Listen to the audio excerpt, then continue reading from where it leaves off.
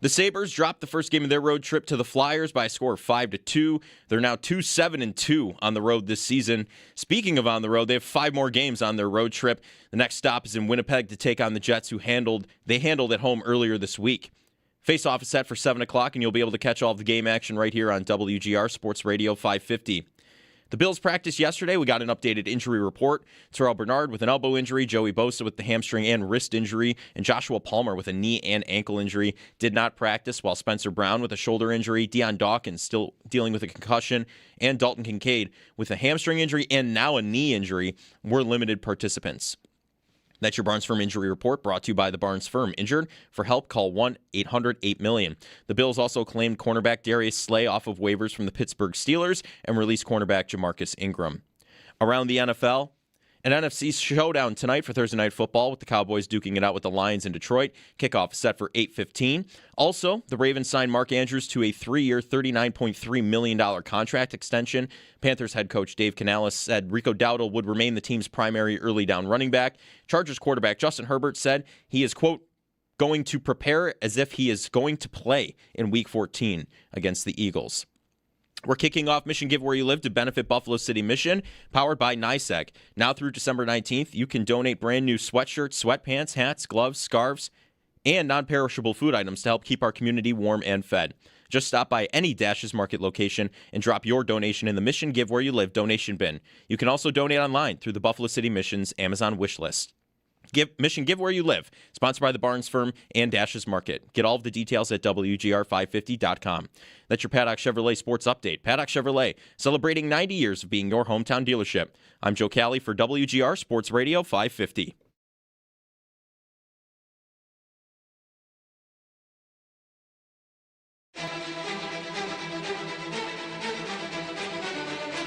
It's Jeremy White and Sneaky Joe DiBiase. I've got maybe a record where when I call the game a must-win, they don't win. Like every time. They lose my must-wins. So obviously I should not call this a must-win. Yeah, this all seems logical. That makes sense. However... No. Wait. Mute his mic. Quick. However, they're hearing, hey, people say you can't win the must-win. Must win. Then why? Must win. It's got to go. Must win. Right now it's the Flyers working in the Buffalo zone. Sabres get possession, turn it over at the line. Couturier behind the net. Pinned there by Timmins. It's out front for Tippett with a shot. Rebound scores. First save was made, and then Tippett was just standing there, and he had another crack at it. And it's exactly what you said would be the worst thing to happen. It's 5-2 Flyers. You're listening to Jeremy and Joe on the home of the Sabres. WGR Sports Radio 550. God forbid someone tries to make a Sabres game interesting. I tried to stop him. Sorry for making the season interesting, noteworthy. Oh, hey, I'm going to tune in tonight. Let's see if they can do a thing. Sorry. You totally jinxed him. Oh, yeah, that's it. You totally jinxed him. That's it. Again. Hold on, let me see. Let me pull up the standings real quick. Show me the standings, what their record would be had Jeremy never uttered the words must win this season. Okay, hold on. They'd be in first place. I'm going to show you. Well, if they had won all of the must wins, they might be in first place. Because you'd had like 10 points. Yep. And they'd have 36. Yeah, they'd be above Tampa. Who's really the problem here?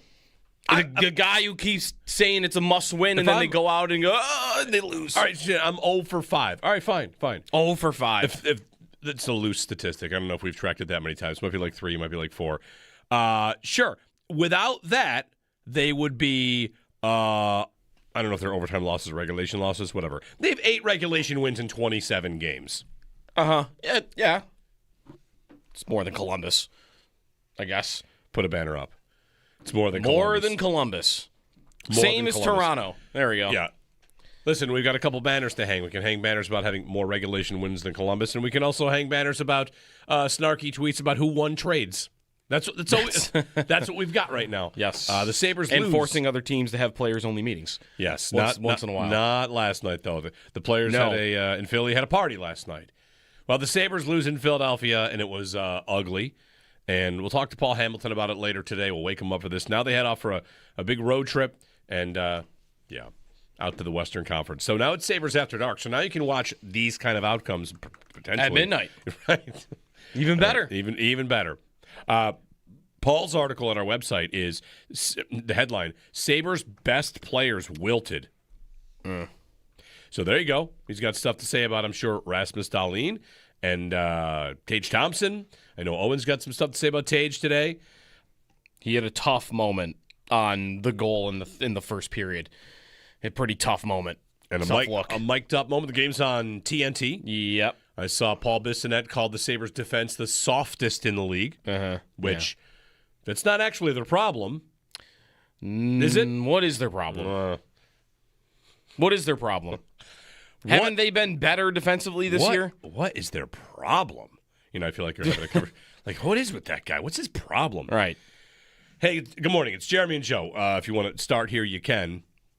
Hey, we could. We could. Here's their problem. I'll give you a part of their problem.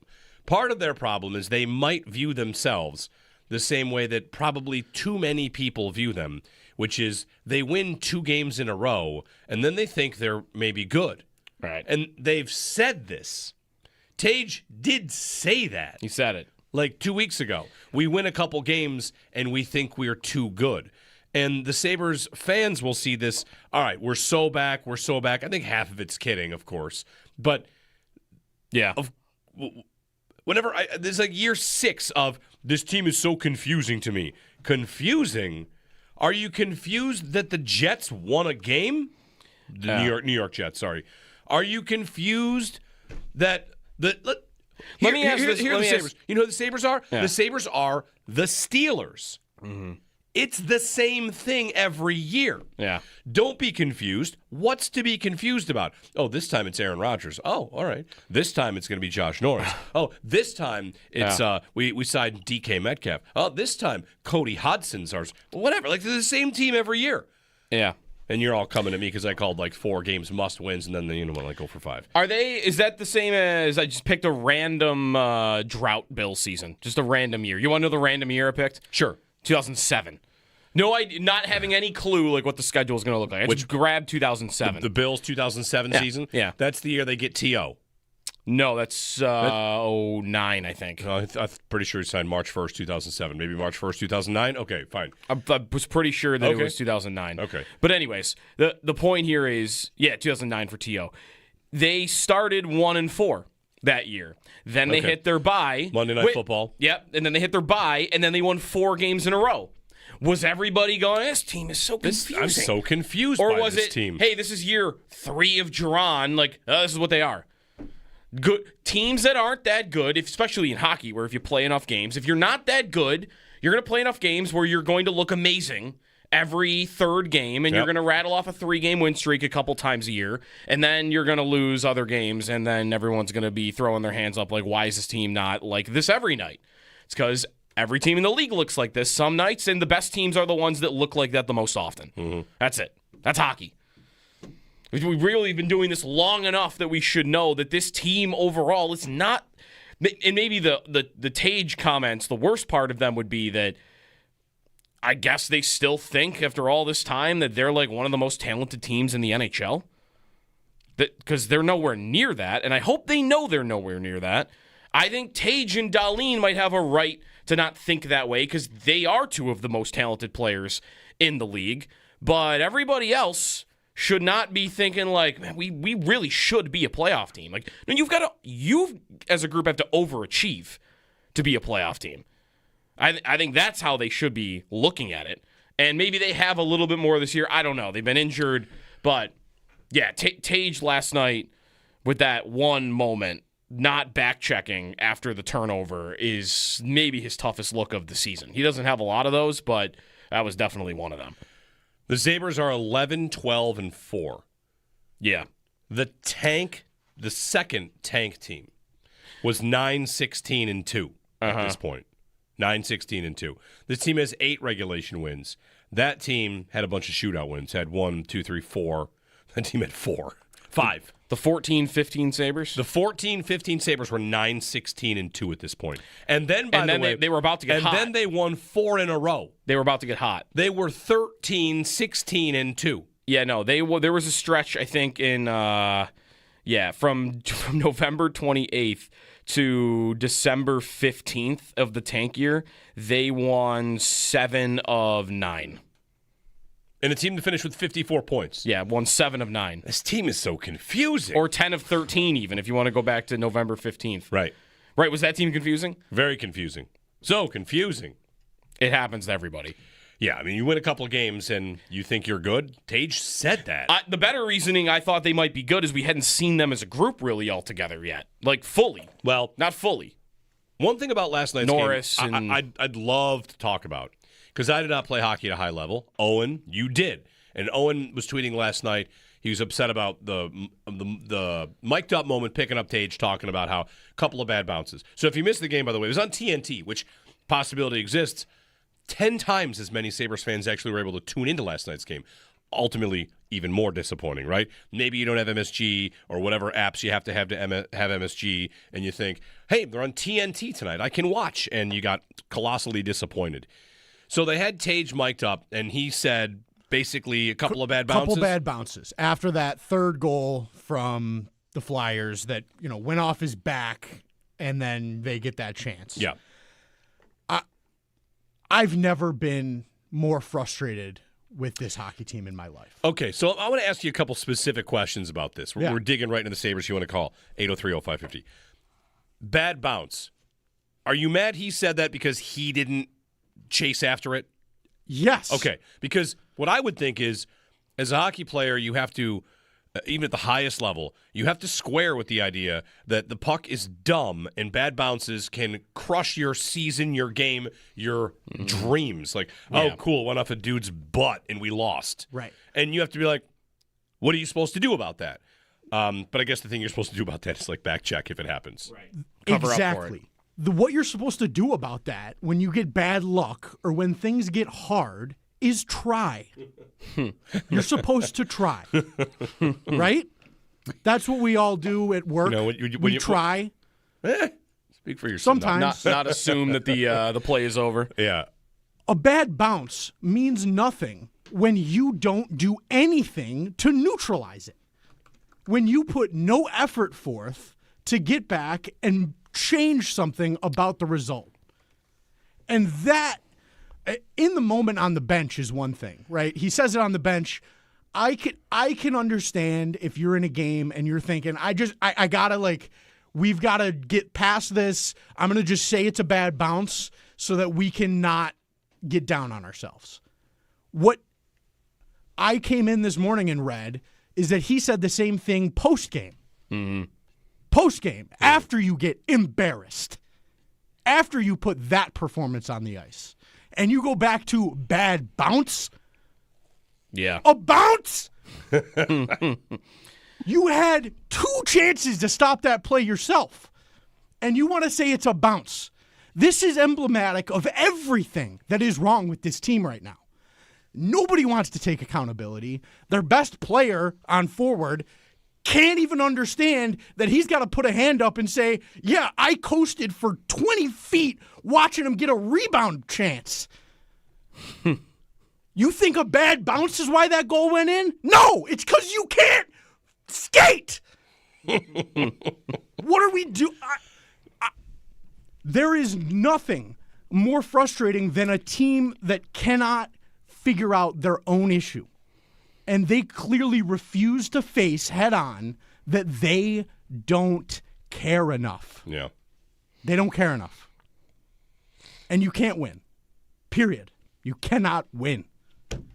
I'm irate. I saw you were mad last night, and someone wrote in to me like, "Oh, I'm looking for a rant this morning." I said, "Like, oh, Owen's got that on. He's got that on lock. Yeah, he's ready." I was texting with one of my best buddies who is an eternal Sabres optimist last night, and I've never heard him dejected about anything with this team. And he asked me, like, how are we supposed to believe in anything from this team after something like that? Yep. I mean, there's countless other issues within this game, but that is it. That right there from Tage is everything. Right. That is the problem. Well, anytime they get into a position where you're like, all right, hey, You've done something that will allow you to maybe get up off the mat, and what we need you to do is step over this line on the ground. It's not even a bar to clear. You just have to step over a line on the ground, and it's just always too much. Not even competitive in this game. I mean, they did take the lead, of course, right? And then the Flyers score, and Lindy challenges, which we're going to probably talk about that as well. Yep. Like a horrific challenge that puts them on the penalty kill again. And now, 2-1, 3-1, 3 goals in 59 seconds, and the game's over, pretty much. Yeah, right? The game's over. Like with this team, you're not. Yes, game's over. It's done. To the Flyers. Yeah. You can't. There's only so much we can continue to say about it. Well, that's why I'd said the last couple days after watching Norris have that, I want to call it a breakout game. Yeah. We saw him look like a great player. I said, really, here's one thing that I think could rescue them, save them, / bring me back, which would be, hey, wow, the guy you got actually turns out is great. And another great player, I don't know, I don't want to say like any team can get by without caring, but if you have a lot of talent in the NHL, you can probably just find your way to a bunch of wins and make the playoffs. And then it's in the playoffs, if you have these flaws where guys don't care enough, you'll get exposed. But like sheer talent can probably just get you a bunch of wins. What did Granato used to say? You can outscore your mistakes. Yeah. The great teams outscore their mistakes. I think that Tage moment last night happens to every team in the NHL. But there are 16 teams that are so talented that they're going to make up for it. That they're going to get down 3-1, and it's still the first period. We're good. Is Tampa think the game is over when it's 3-1? Like, no, they come back from that probably all the time over the course of 10 years because they have Kucherov. Right. The more we get away from it, it looks like the scapegoating of Granato, I mean, you probably knew it at the time, was really misplaced. It was really obvious at the time, and it's like, well, all right, it's Lindy. He's won a lot of games in the league. Adams was bullish on, like, I know what the problem is. Yeah. And the problem is supposed to be accountability, and like, what's different? Right. Like, Granato actually kind of allowed them to play, don't even worry about accountability, just score. Right. And it almost worked. And it might have worked had they kept going with it. Might have. Yeah. They just needed a goalie. They changed. They needed and a of course, goalie. they've never found a goalie, and it's been a kind of a mess. So, Lindy's5.com. I don't know if you care, if you want this. And the Sabres point pace is 79 right now. Okay. In order to get back on track for the goal we set for them to be like a mid-90s point team, to be competitive, to make the playoffs. If you swept your 6-game Western Conference road trip, you would still not be there. You would have to win a home game against Philly upon returning and then beat the Islanders. You have to win 8 in a row to get back to a pace that is 96 points. Mm-hmm. Now, for the current Atlantic pace, we figured out yesterday that to get to that pace, they have to go 30-21-5. Well, now it's 30-20-5. And that's to get to the third Atlantic spot for what they're currently on pace what's for. that pace? The 91. 91, okay. 91 is what Ottawa is on pace for. Well, if you want to get just to 91, if you win 4 in a row, you're on pace for 92. All right. So you got to win 4 in a row to get to that incredibly low bar. And that's right, assuming that nobody else between you and Tampa is going to figure out something and channel more and go on a run and push that pace up to like 95, 96, which is also possible. 803-0550. I was going to go to Marty Westenica, but he just dropped off. He was going to talk about the soft defense, the idea that they're so soft as a team, which Bissonnette said that about them, that their defense core is so soft. How much of the defense is soft? I really haven't thought that about them this year. I got a question. Yeah. Let's make a pie. What percentage of the pie that the Sabres defense is soft comes down to one player alone, and that's Owen Power? How much of that perception is that guy plays a lot of minutes and people think he's not a rough player? Is it 80%? It's a lot of it. Okay. It's a lot of it. It maybe used to be less, and I think now it's probably more. Is it 93% of the narrative? Samuelson used to be a part of it, I think, and now he's having a year where he's clobbering people in front of the net, and he's taking dudes out in the corner. Dahlin is never soft. No, never Dahlin's never probably for a too second. far the other way. Kesselring, we haven't seen enough of, but He's not known as that. That's what I mean. So when you say the Sabres, Paul Bissonnette says the Sabres defense is the softest in the league, and you think the Sabres are a soft team, just say one guy. Just say you think it's one guy. And I'm almost tempted to think he's not even really saying soft in a physicality way. I think he's more talking about soft coverage, soft, like just they don't bear down back there. Like they hit guys, like we just said, they've got guys that are big and heavy and play a little mean. And I think it's more about, and this is where he's right, that they constantly have lapses in judgment in their D zone that cost them goals. Constantly. I mean, it's far too common for them to just leave a guy alone in front like we saw last night. And I think that is where you can absolutely call them soft. And that's appropriate, and they should be called soft because their D zone is soft right now. But I think a lot of the fan perception is absolutely all centered around Power just isn't. He's a big giant dude that doesn't hit people, and people don't like it. Period. And I get it, but it doesn't make the whole defense core soft because of that. I struggle with that, and Power has not. He's been struggling recently, and it's not helping his case because I tend to be a little higher on him than most people because he does a lot of really great things with the puck.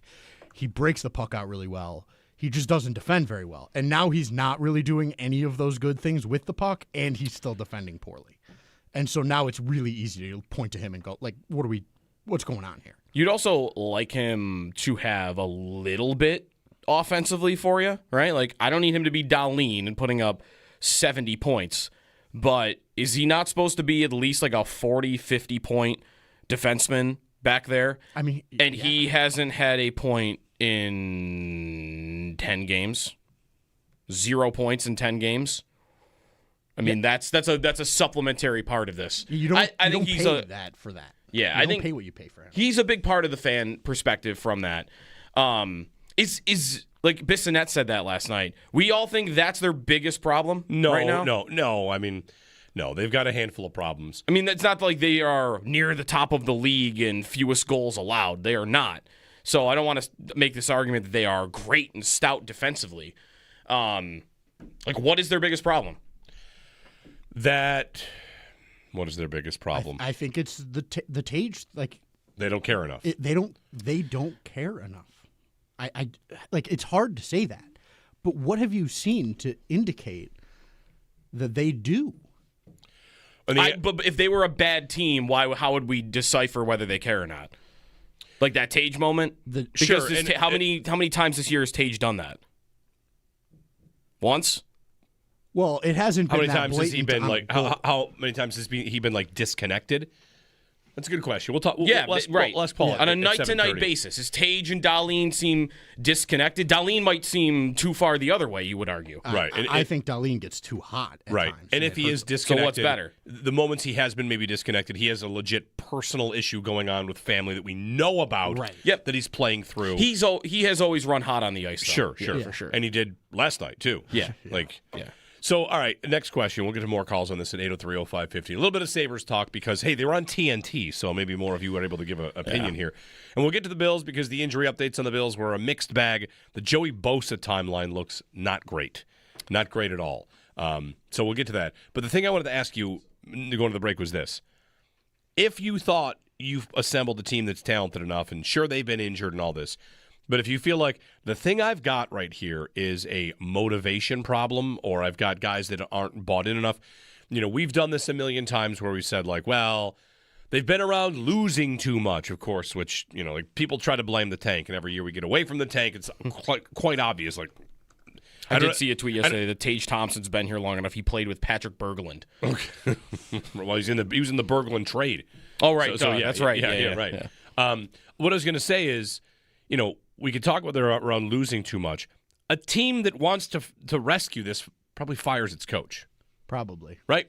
That's what a team that thinks, we got talent, and I'm just not seeing the fire. I'm going to fire my coach. Yeah. That's what you do in the NHL. But you got a GM that's not getting another coach. He's not getting another coach, and it's a coach you can't fire. Right. But Well, you could. You think so?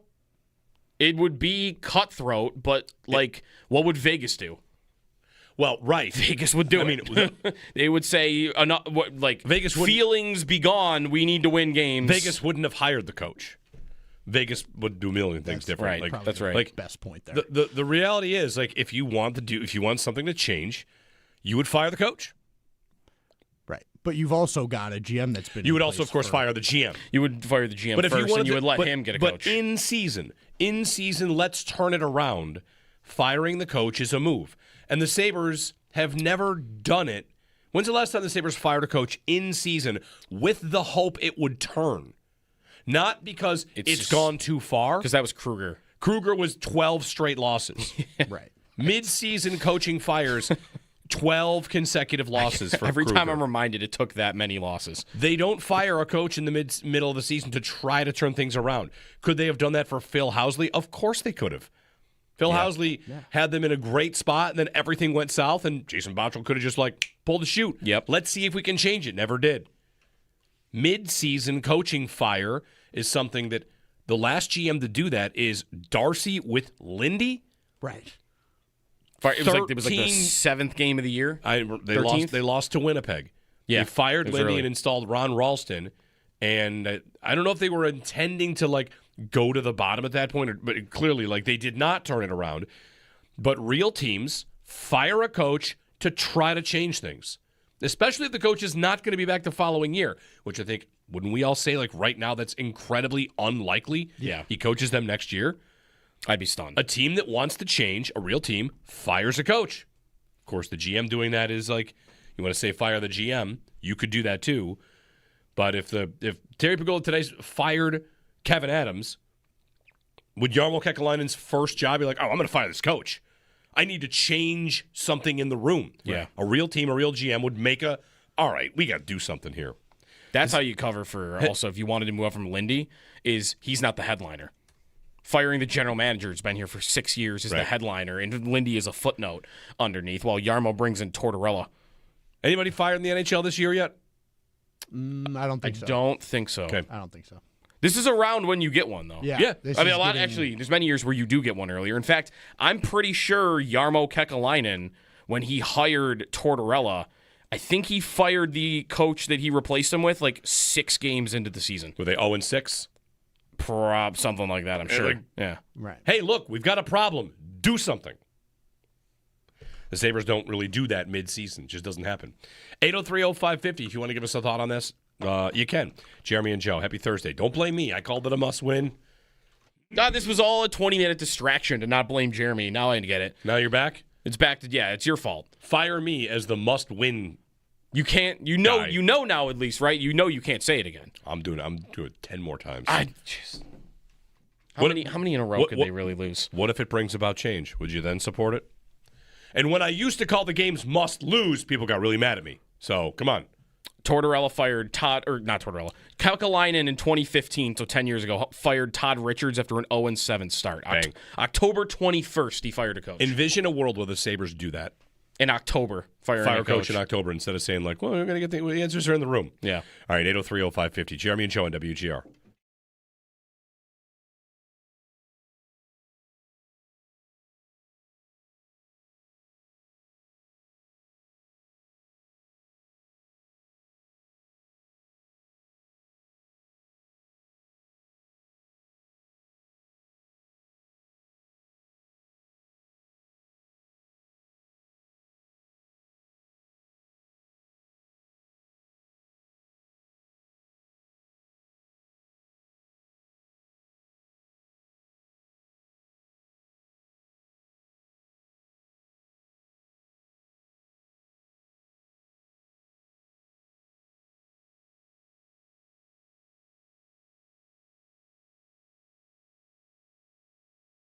We've really been doing this long enough that we should know that this team overall is not and maybe the Tage comments, the worst part of them would be that I guess they still think after all this time that they're like one of the most talented teams in the NHL. Because they're nowhere near that, and I hope they know they're nowhere near that. I think Tage and Dahlin might have a right to not think that way because they are two of the most talented players in the league. But everybody else should not be thinking like, man, we really should be a playoff team. Like, no, you as a group have to overachieve to be a playoff team. I think that's how they should be looking at it. And maybe they have a little bit more this year. I don't know. They've been injured, but yeah, Tage last night with that one moment, not back-checking after the turnover, is maybe his toughest look of the season. He doesn't have a lot of those, but that was definitely one of them.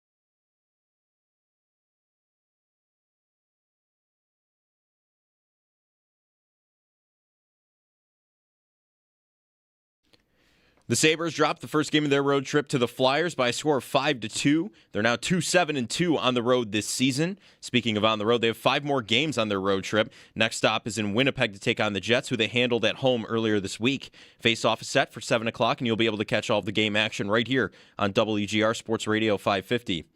The Bills practiced yesterday. We got an injury update. Terrell Bernard with an elbow injury. Joey Bosa with a hamstring and wrist injury. Hamstring makes him week to week. And Joshua Palmer with a knee and ankle injury did not practice. While Spencer Brown with his shoulder injury, Deion Dawkins dealing with his concussion, and Dalton Kincaid with a hamstring and now a knee injury were all limited participants. That's your Barnes Firm Injury Report, brought to you by the Barnes Firm. Injured? For help, call 1-800-8-million. The Bills also claimed cornerback Darius Slay off of waivers from the Pittsburgh Steelers and released cornerback Jamarcus Ingram. Those are your Paddock Chevrolet sports headlines. Paddock Chevrolet, celebrating 90 years of being your hometown dealership. I'm Joe Cali for WGR Sports Radio 550.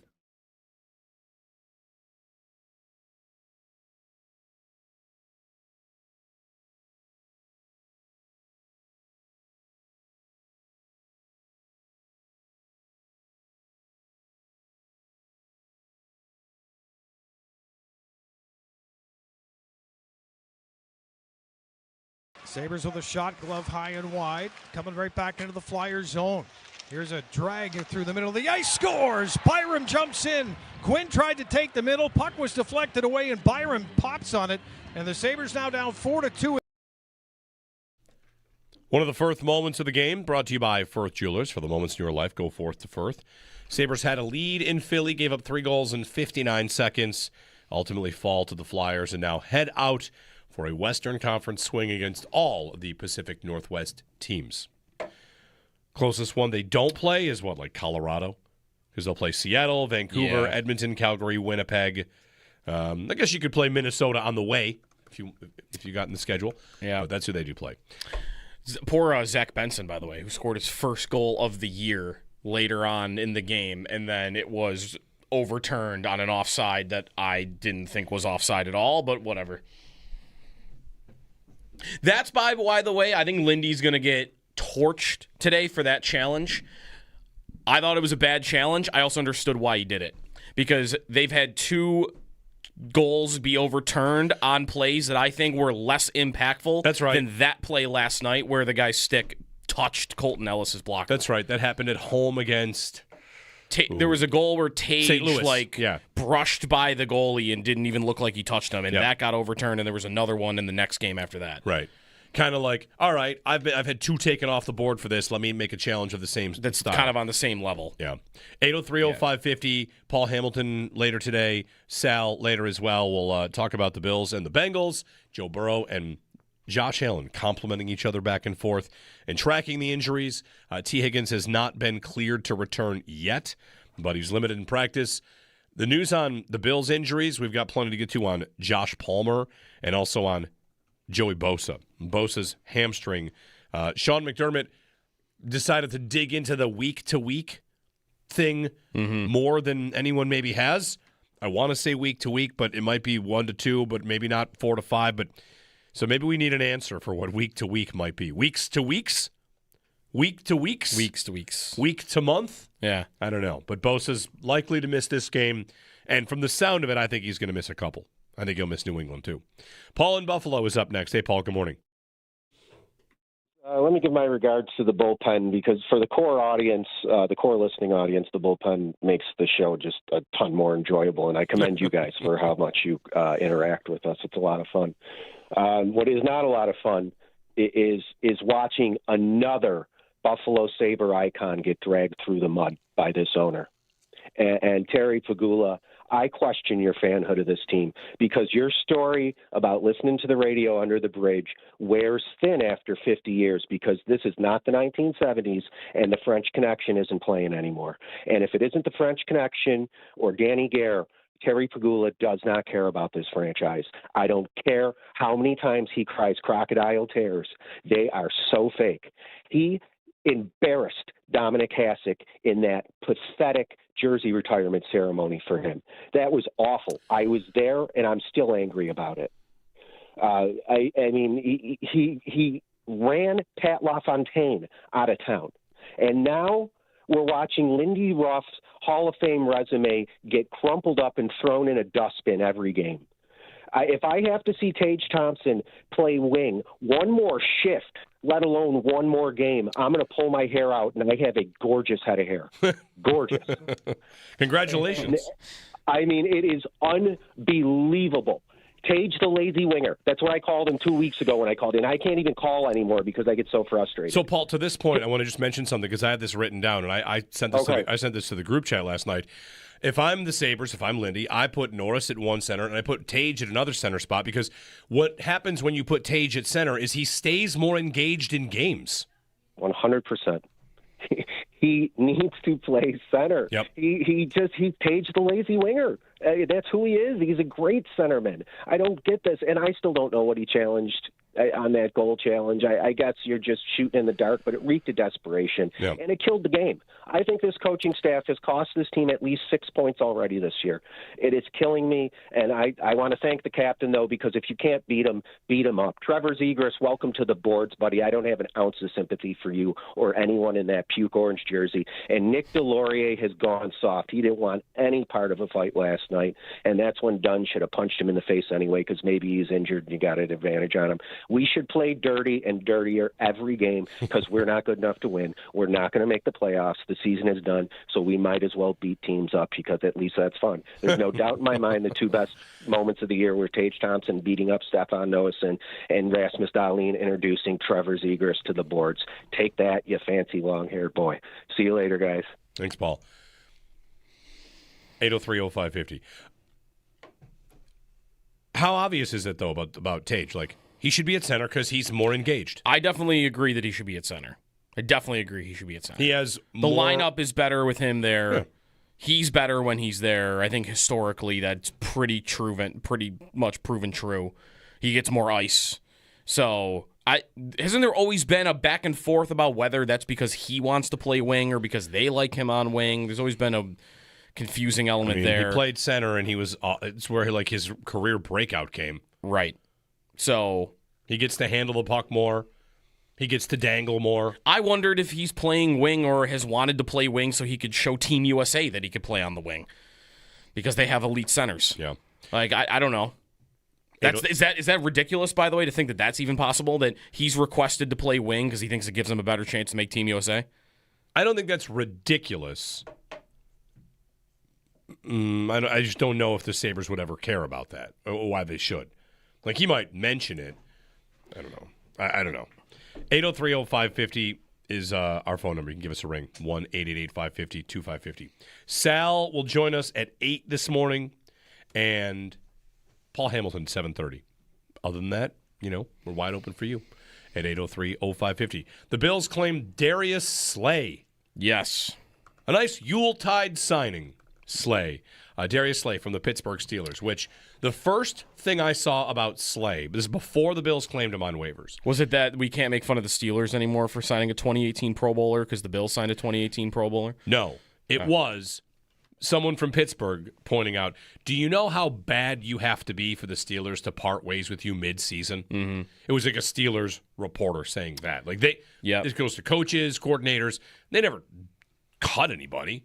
You got to... Right. The answers are in the room kind of team. But that said, from what I understand about Slay, there's some ability in there. He's having a bad year, and Tomlin's system might have been a mismatch the whole time. So he comes in, and Jamarcus Ingram is no longer. Waivers and former Bill, future Bill. Jamarcus Ingram is going to – it's a modest pick, but you might get a couple of points here. He'll be back. Maybe playoff roster. Yep. I saw John Ledyard tweet yesterday, who covers the Bucs and the Steelers, and what he said about Slay is that he's diminished, but more than anything, he was not a fit for the Steelers at all, which was always his primary issue. Right. That his man coverage skills have fallen, but he can still play in cover 3, cover 4 looks effectively. So scheme mismatch, maybe, for what he can do at this point in his career and what maybe Pittsburgh wanted him to do. And when I hear that is, well, he can't really play man strong, but he's effective in zone coverage. Like, that's usually the type of corner the Bills have in their break glass in case of emergency situations, isn't it? Yep. We're going to plug this guy into a zone system where we're going to protect him and not have him have to cover guys one-on-one. That's what they've done with corners for 7 years. 803-0550, our phone number, 1-888-550-2550. Jeremy and Joe, we'll get your thoughts on the Bills and Bengals, the Bosa timeline, and Paul Hamilton, 7:30 here on Thursday. Good Thursday morning to everyone out there. We got a Thursday night football game, Lions and Cowboys tonight, which is a good matchup. So looking forward to that. Sabres lose, send them out west.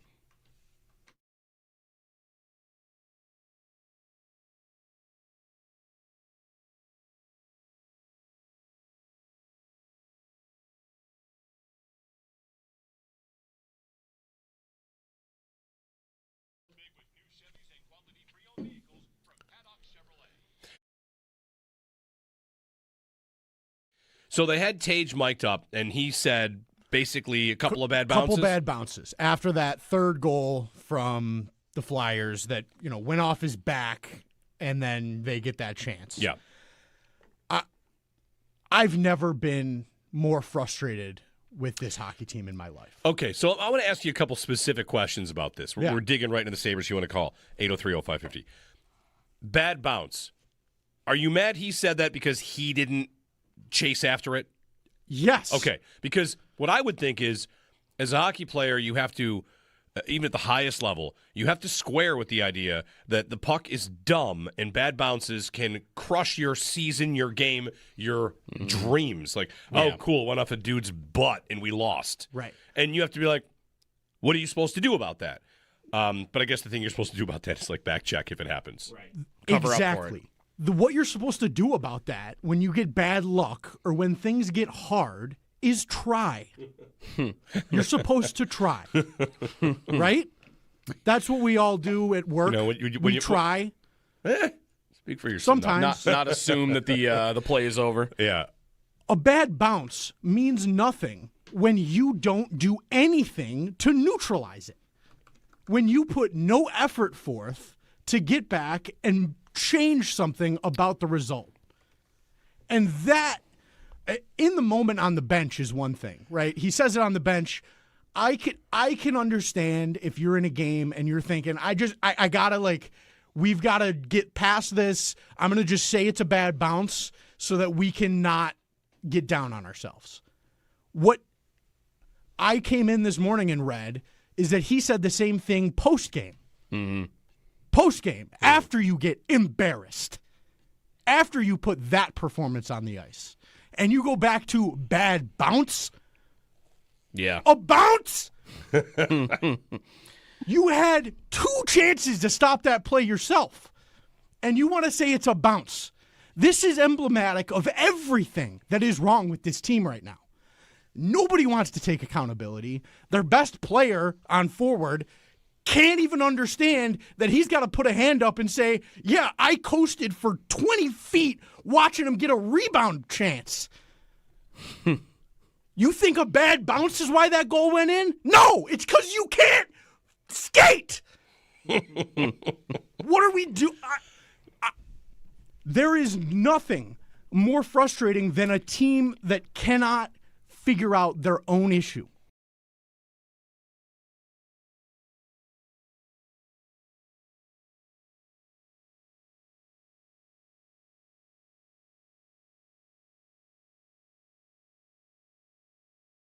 We've really been doing this long enough that we should know that this team overall is not. And maybe the Tage comments, the worst part of them would be that I guess they still think after all this time that they're like one of the most talented teams in the NHL. Because they're nowhere near that, and I hope they know they're nowhere near that. I think Tage and Dahlin might have a right to not think that way because they are 2 of the most talented players in the league. But everybody else should not be thinking like, man, we really should be a playoff team. Like, no, you as a group have to overachieve to be a playoff team. I think that's how they should be looking at it. And maybe they have a little bit more this year. I don't know. They've been injured. But, yeah, Tage last night with that one moment, not back-checking after the turnover, is maybe his toughest look of the season. He doesn't have a lot of those, but that was definitely one of them.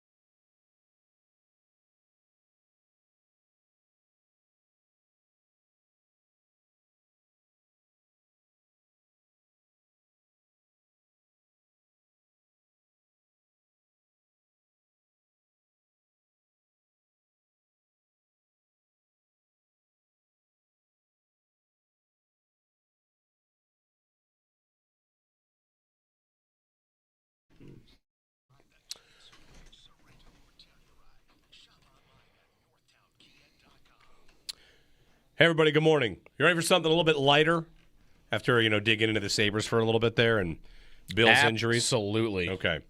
So You can all yell at me for liking Blue Christmas again if you want. yeah, that was weird. Which was ranked the third greatest Christmas song of all time, but that's fine. Still, nonetheless. Still not right. Still a little odd to me that would be the go-to favorite Christmas song. But all right. No, what I was going to mention was, so yesterday I saw food on the counter in a bag. A bag of... Here? No, at home. Oh, at home. At home. Like a sealed bag, the grocery shopping and see something that looks good and you buy it. And it was this little bag of what looked like cookies. And the flavor of the cookies was milk and cookies. It was a sealed bag. I'm like, that was the flavor of the cookie was milk and cookies. Yeah.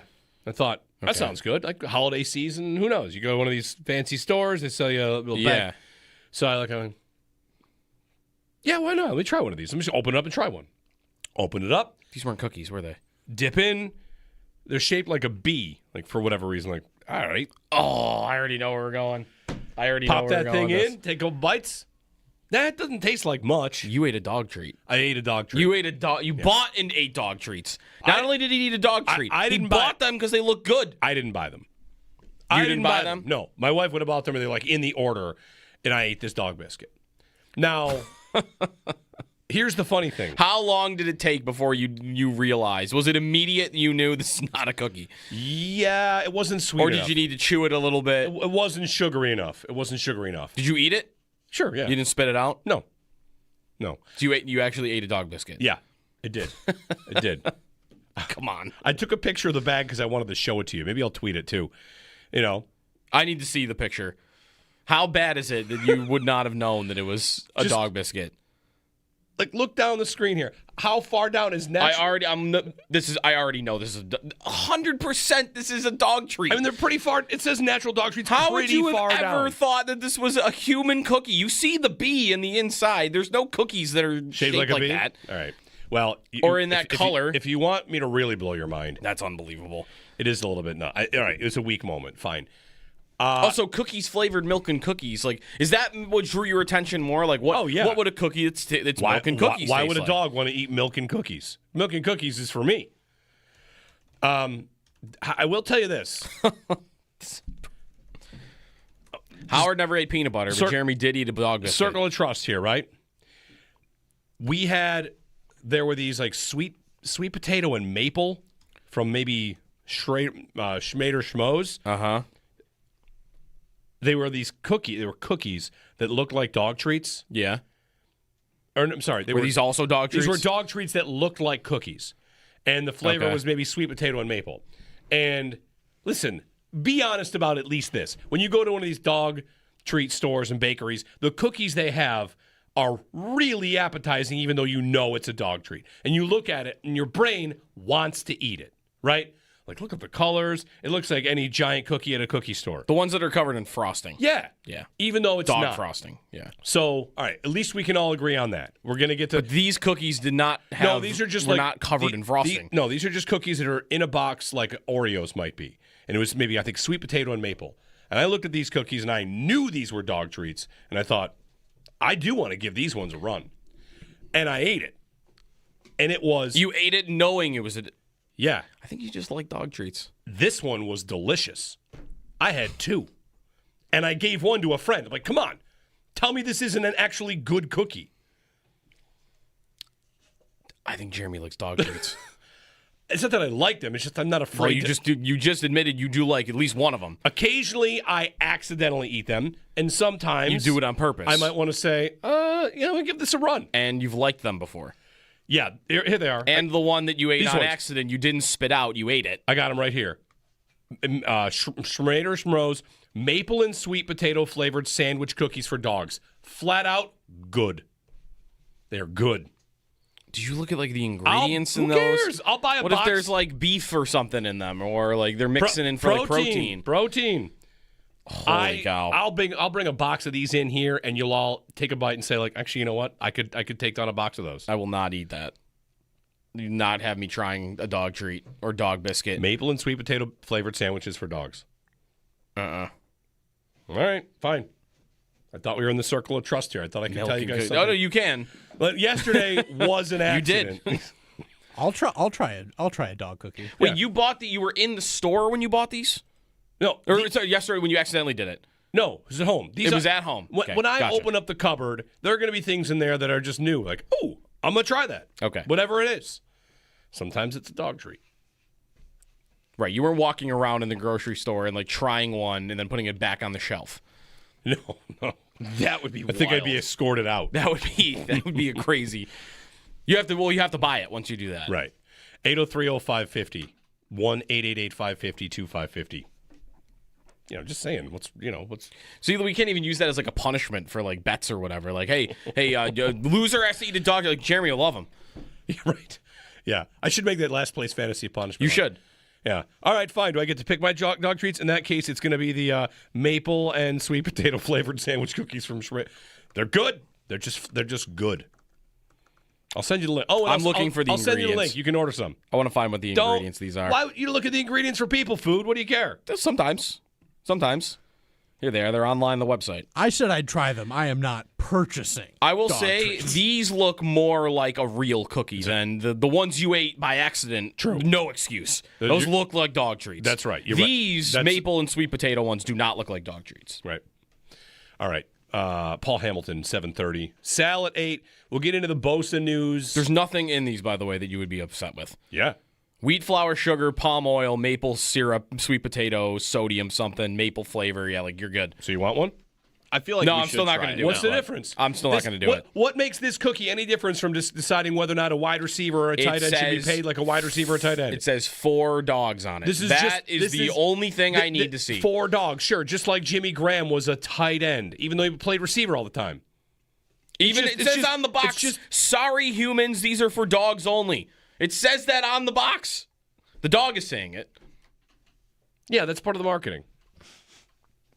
That's what makes it forbidden fruit. That's why you got to even try. That's why you got to try it. All right, we'll get to the Bills next.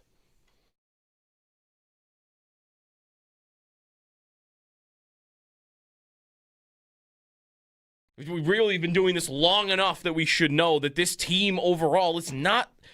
And maybe the Tage comments, the worst part of them would be that I guess they still think after all this time that they're like one of the most talented teams in the NHL.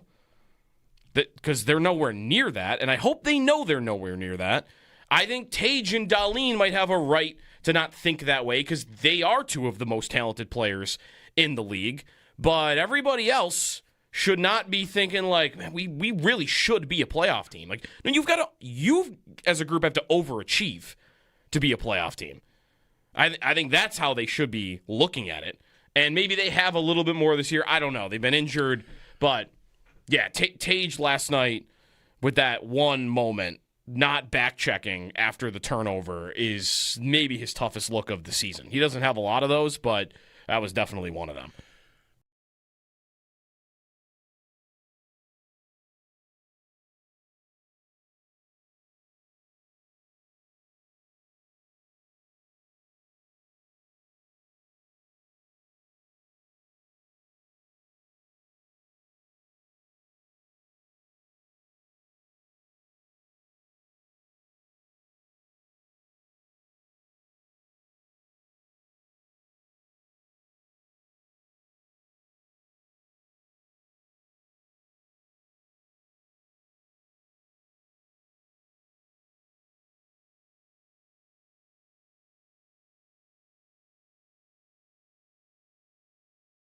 No, what I was going to mention was, so yesterday I saw food on the counter in a bag.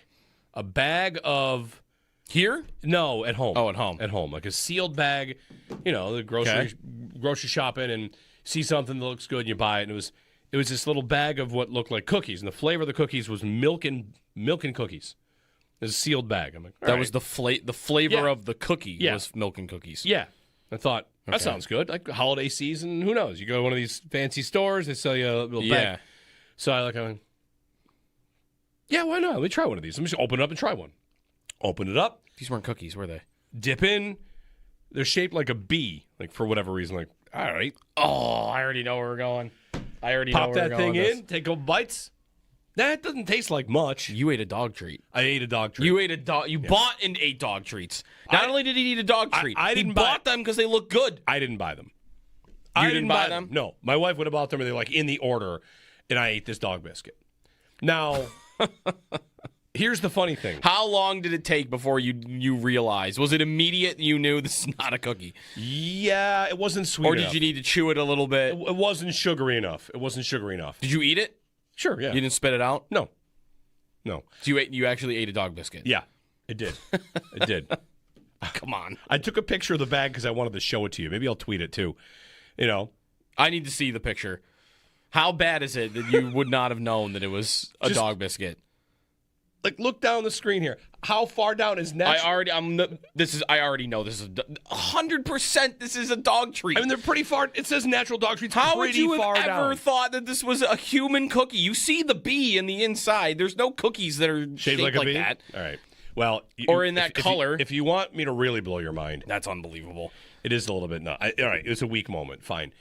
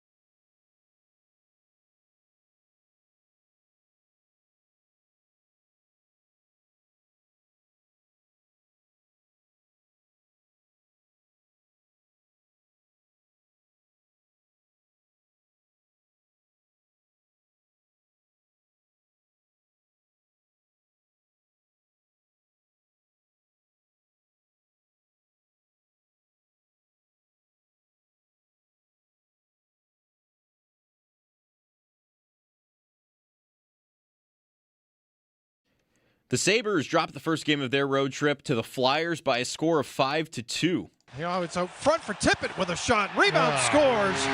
First save was made, and then Tippett was just standing there, and he had another crack at it. And it's exactly what you said would be the worst thing to happen. It's 5-2 Flyers.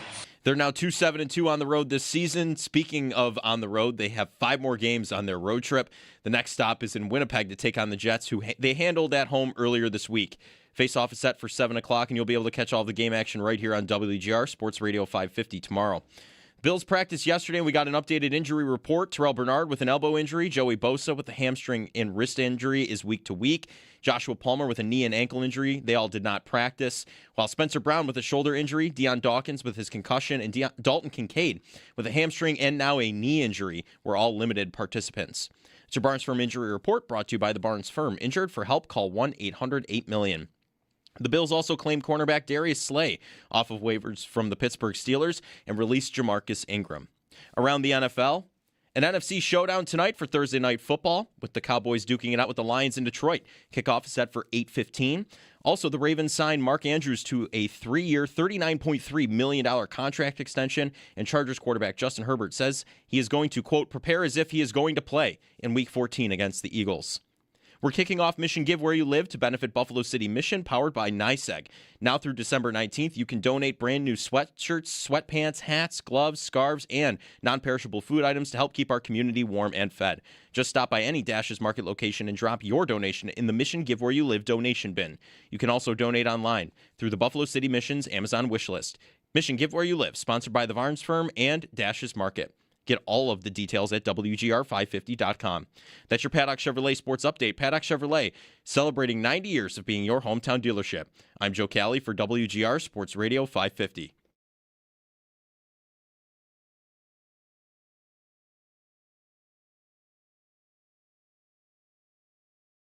I don't think we can afford to be inconsistent.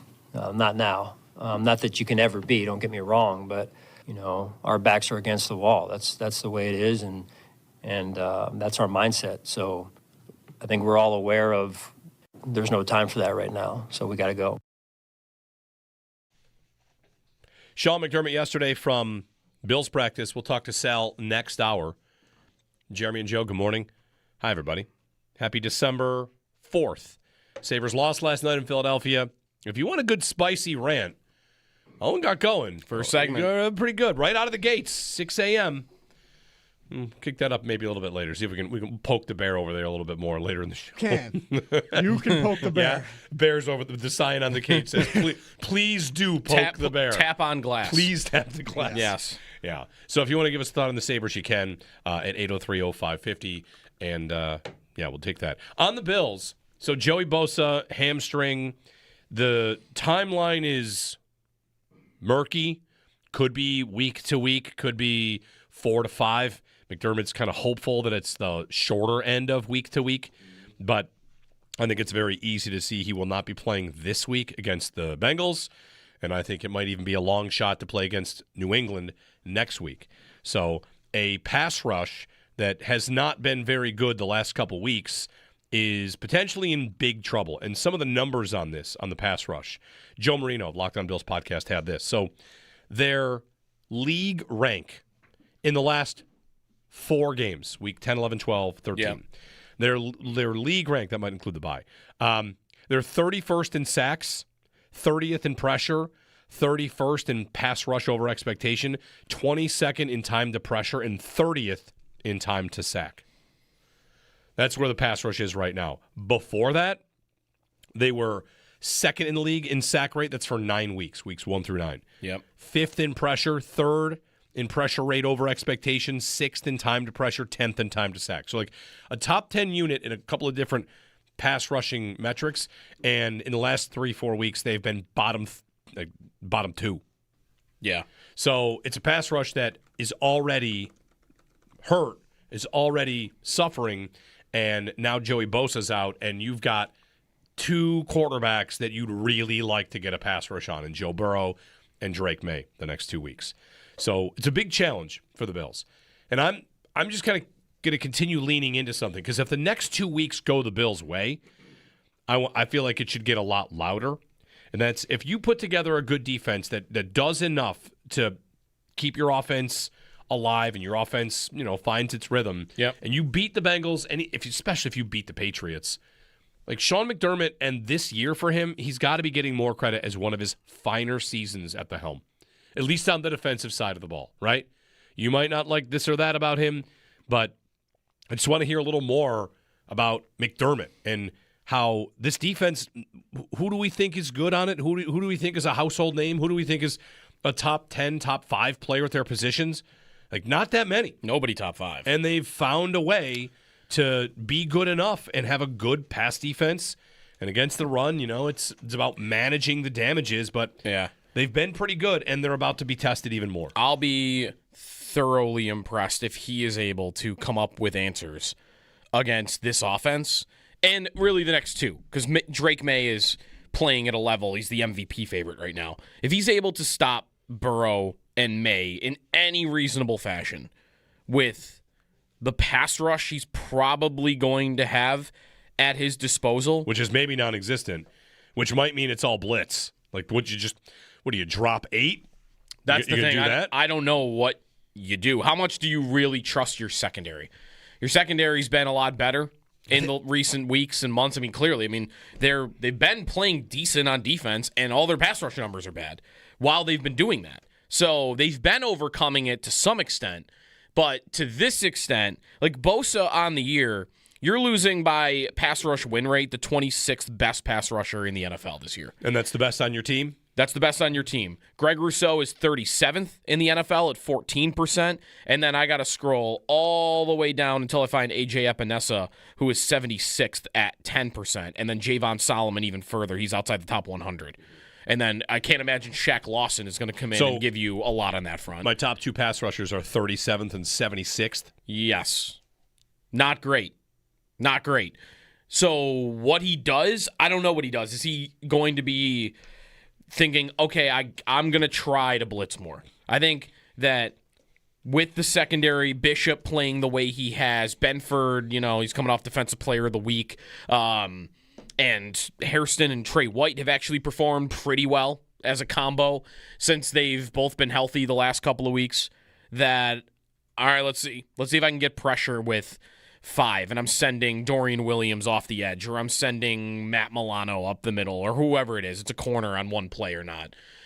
I think he's got a real job in front of him, because I can't imagine a scenario where they're going to be capable of getting pressure with 4.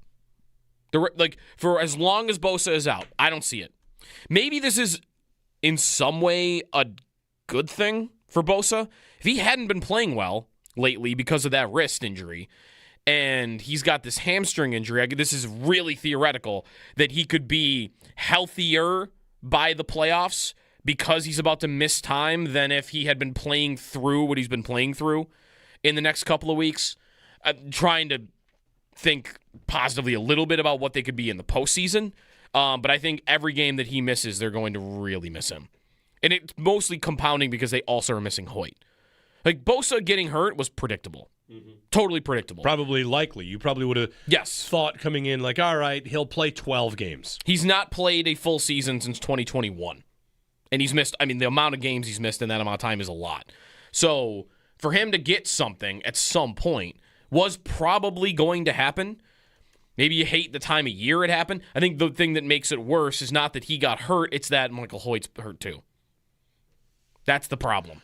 Right. Both of them getting hurt. And that's not coming back. That's not coming back. So I don't know how I don't think they're going to have answers on getting pressure without blitzing. I think if they want to get pressure, they're going to have to blitz, or their secondary is going to have to play at an elite level the rest of the season. Which that might be possible. All right, let me ask you this. All right, you're saying you're going to lean on the secondary. Which of the 2 offenses, given how they've looked, Cincinnati and New England, which of the 2 do you think is tougher? In one, I've got Burrow, Higgins, Chase, and Chase Brown. Yeah. In the other, I've got the MVP favorite, the MVP favorite, Drake May. He's minus money right now. Okay, the MVP. He's more favorite. He's the favorite versus the entire field. Yeah. Okay. Him with a receiving core that's definitely not thought of as like Burrow it's not Chase. It's not Chase and Higgins. It's guys that are pretty good. It's kind of everybody eats successfully. Like it's a better version of what the Bills have. Yeah. They've got maybe a really upgraded version, which also the Josh Palmer story is getting to be a bit strange on his injury. Like on the far end, on the elite spectrum, is I've got Chase and Higgins. On the polar opposite is I'm lining up Coleman and Brandon Cooks, and then somewhere in the middle is Diggs and Boutte. Right. So they're good. Which is tougher? Which do you think is the tougher stop? I would. Both lines, by the way, are like not necessarily the best offensive lines in football, right? Maybe actually you might say they're 2 of the worst. New England's missing their left tackle. By the way, that's going into Sunday night. Speaking of offensive lines, the Chiefs are missing the entire left side of their offensive line against the Texans. Both tackles, I think, too. Oh, right? is it? Okay. I think they're missing like 2 or 3 linemen, maybe. Good luck. I don't know. It's a good question. It's tough because Burrow has just been so good against them in those 2 games. Mm-hmm. I feel like I got to give it to the Bengals because when they're all healthy together, like I wonder what their record is when they're all healthy the last couple of years. The Bengals have become this team that they're going to miss the playoffs this year. They missed the playoffs last year. They stumble out of the gates in the opening, right? Like they're gaining this reputation as, it's just three guys and that's not enough to win football games. You can't win with just those three. I wonder what their record is with all three of them. Do they win when it's all three? Because they all miss time. Burrow's missed, obviously, the most. Higgins has missed time in each of the last 2 seasons. Like, what's their record when all three of them are together? Because I bet it's a pretty darn good record. Like, I think a lot of times that is enough. That even with a terrible defense and a bad offensive line. So, I know that May's the MVP favorite right now, but I think the Bengals are more scary at the moment. There's an argument to be made. Had Burrow... The offense specifically is more scary. Had Burrow not missed all this time, is he also in the MVP conversation? Instead of being 4-8, are they 8-4?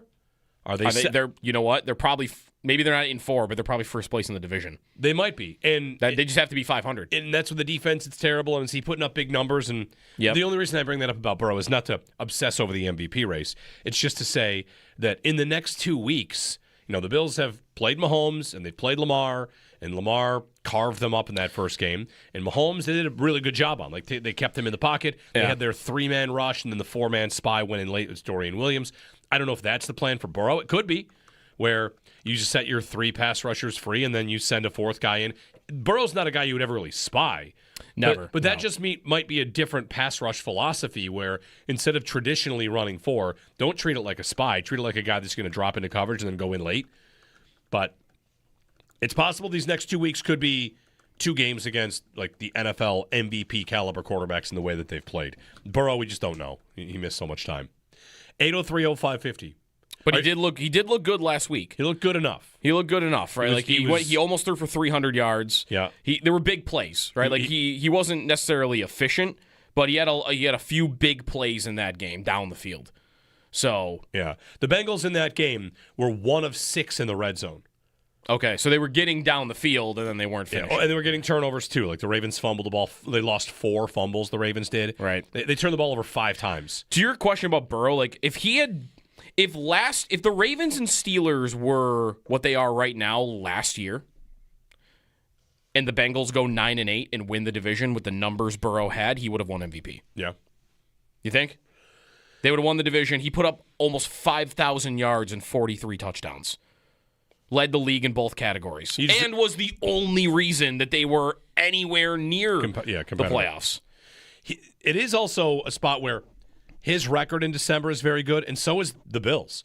Yeah, right. Allen made a comment yesterday that kind of resonated with me. He talked about how, like, this time of year, you want the pressure.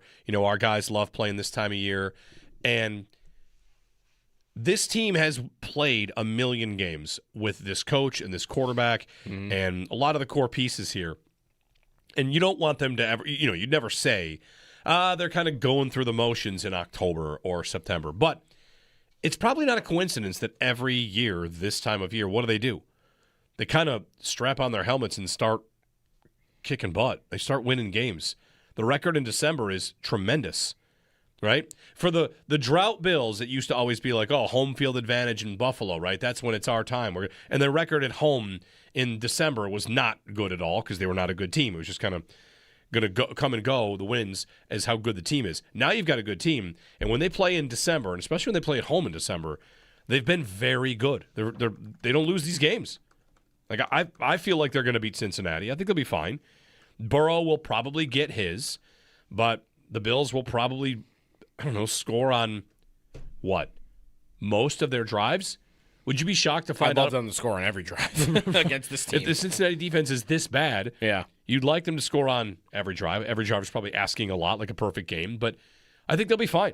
I think they will win this game.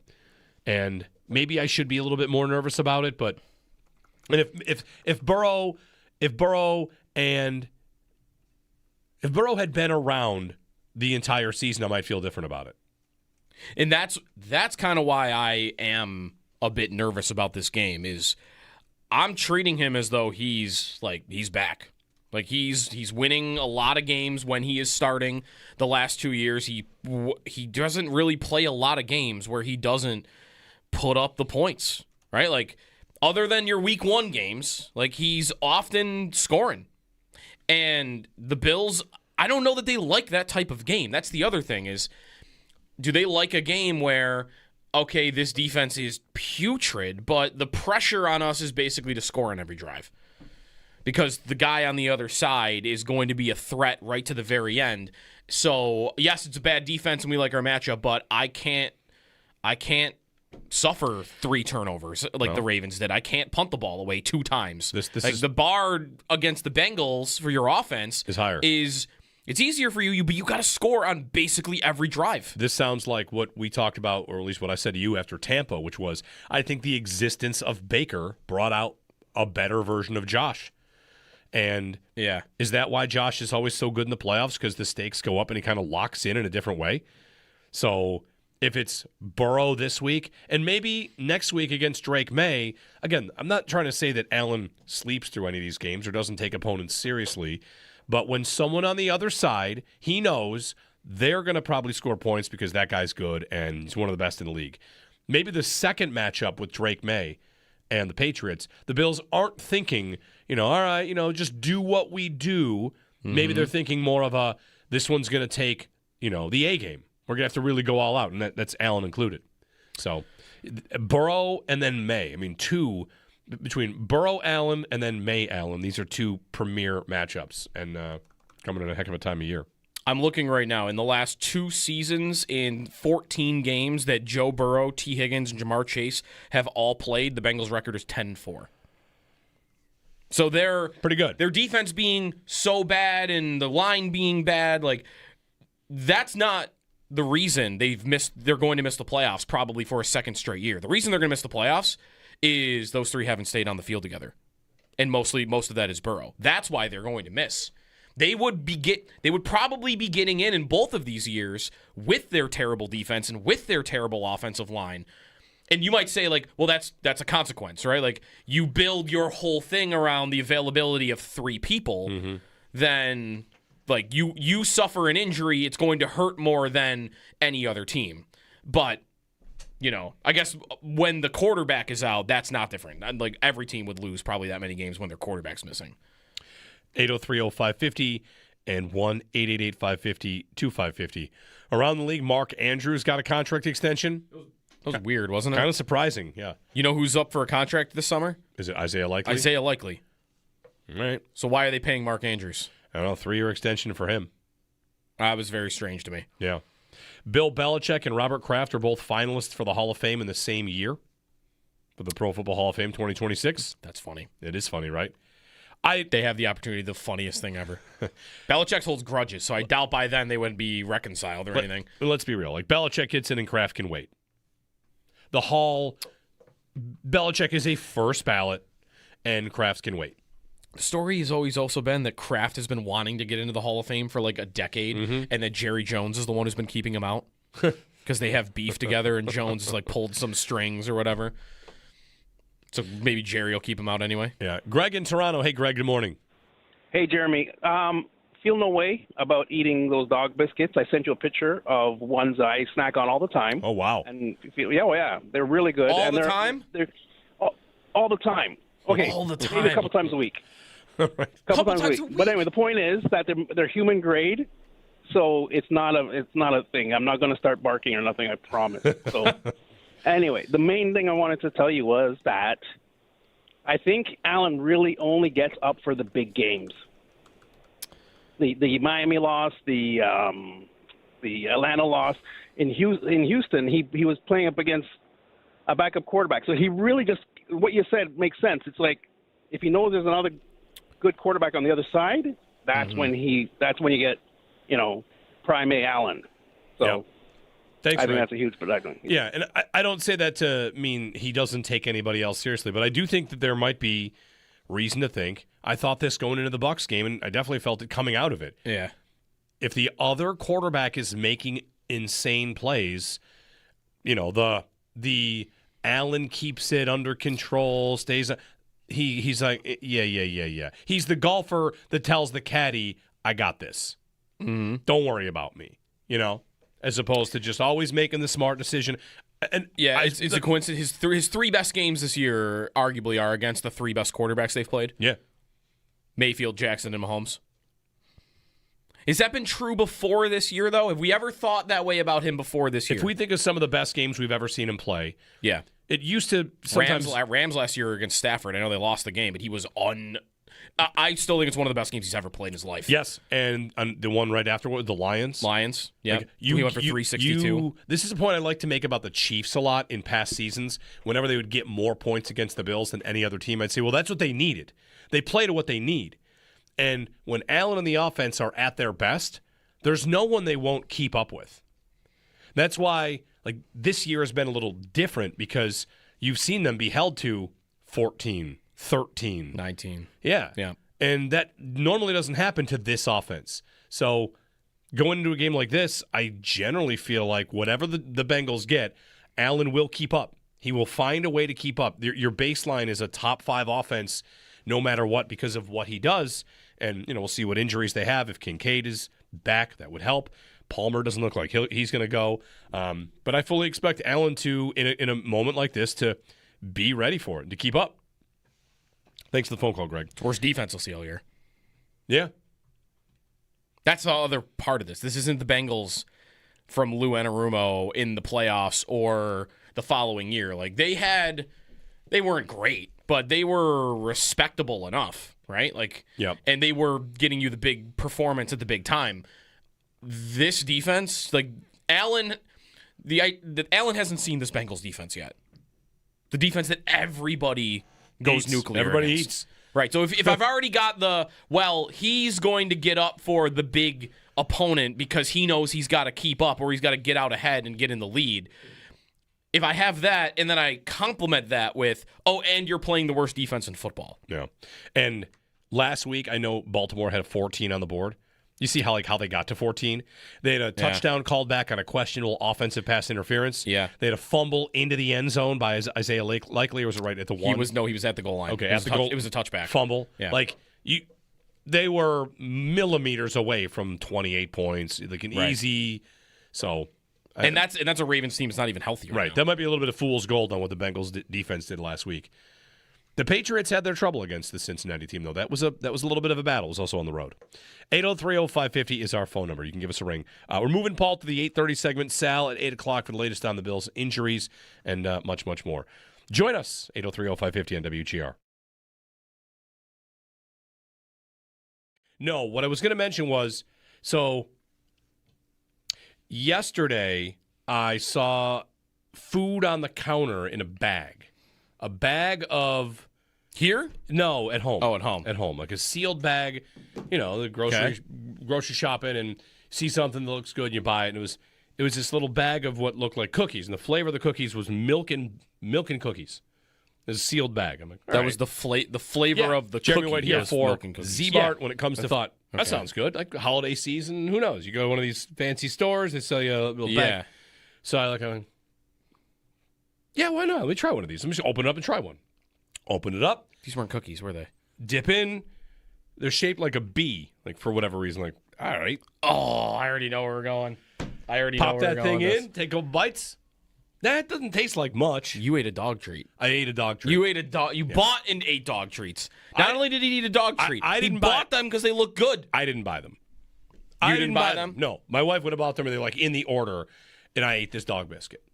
Now, here's the funny thing. How long did it take before you realized? Was it immediate you knew this is not a cookie? Yeah, it wasn't sweet enough. Or enough. did you need to chew it a little bit? It wasn't sugary enough. Did you eat it? Sure, yeah. You didn't spit it out? No. So you actually ate a dog biscuit? Yeah, it did. It did. Come on. I took a picture of the bag because I wanted to show it to you. Maybe I'll tweet it too. I need to see the picture. How bad is it that you would not have known that it was a dog biscuit? Look down the screen here. How far down is natural? I already know this is 100%. This is a dog treat. I mean, they're pretty far. It says natural dog treats. How would you have ever down. thought that this was a human cookie? You see the bee in the inside. There's no cookies that are shaped like a bee? that. All right. Well, or in that color. If you want me to really blow your mind, That's unbelievable. it is a little bit nuts. All right, it's a weak moment. Fine.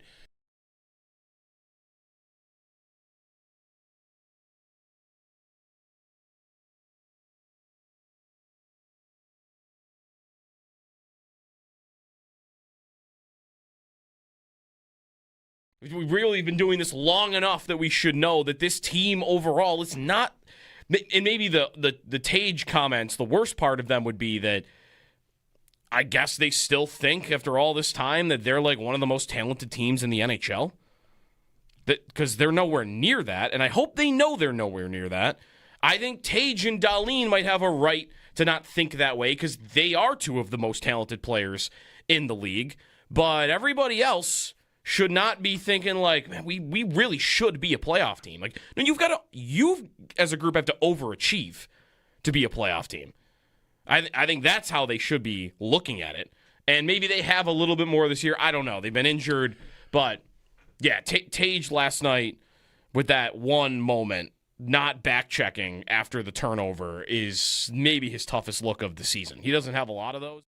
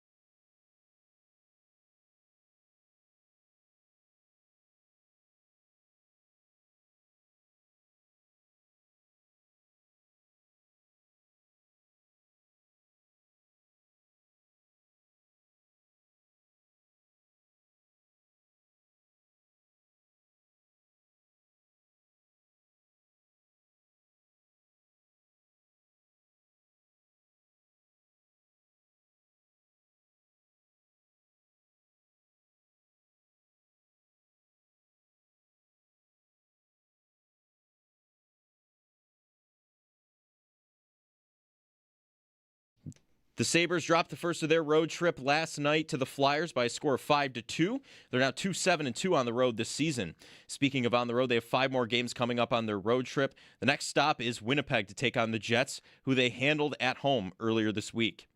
The Bills practiced yesterday. We got an updated injury report. Terrell Bernard with an elbow injury. Joey Bosa with a hamstring and wrist injury is week to week. And Joshua Palmer with a knee and ankle injury all did not practice. While Spencer Brown with a shoulder injury, Deion Dawkins with the concussion, and Dalton Kincaid dealing with his hamstring injury and now a knee injury were all limited participants in practice. That's your Barnes Firm Injury Report, brought to you by the Barnes Firm. Injured? For help, call 1-800-8-million.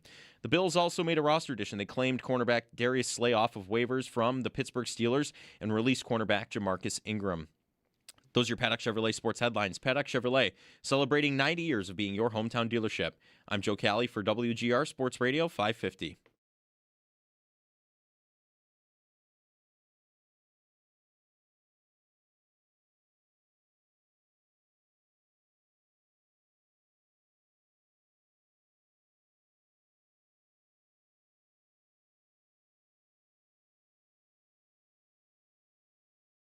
Yeah, you don't see that team on film. I see a lot of guys that are playing extremely hard, especially when you bring back their starting quarterback, who's one of the best in the league, and gives them a revamped kind of life. And they're playing extremely hard. This last game, they had a bunch of turnovers, and we got to make sure that we're doing everything in our power to limit those and keep the ball on our side. He went on to talk about time of possession, limit turnovers, time of possession. Could be one of those vintage Bills games where they are looking to have extended drives. If there was a prop, Joe, longest drive by plays for the Bills, over under 13.5. Over. You want the over? Over. They love their 15-play drives, and this might be a game where they have some of those, especially with their ability to run the ball, kind of stay on schedule. 803-0550. Previewing Bills-Bengals here on this Thursday. It's Cowboys-Lions tonight on Thursday Night Football. The Sabres head out west after losing to the Flyers. We talked about that a lot earlier. 803-0550. I also have to amend something. The last time the Sabres fired a coach in season, I think it's Ron Ralston, not Lindy. They fired Ralston. House cleaning, right, like 20 games into a season. For Ted Nolan. Yeah. That was 11 years ago? 12 years ago? Yes. But that's it. It's still a long time ago. It's a long time ago. Bilesma did not get fired in season. Could have and probably should have been.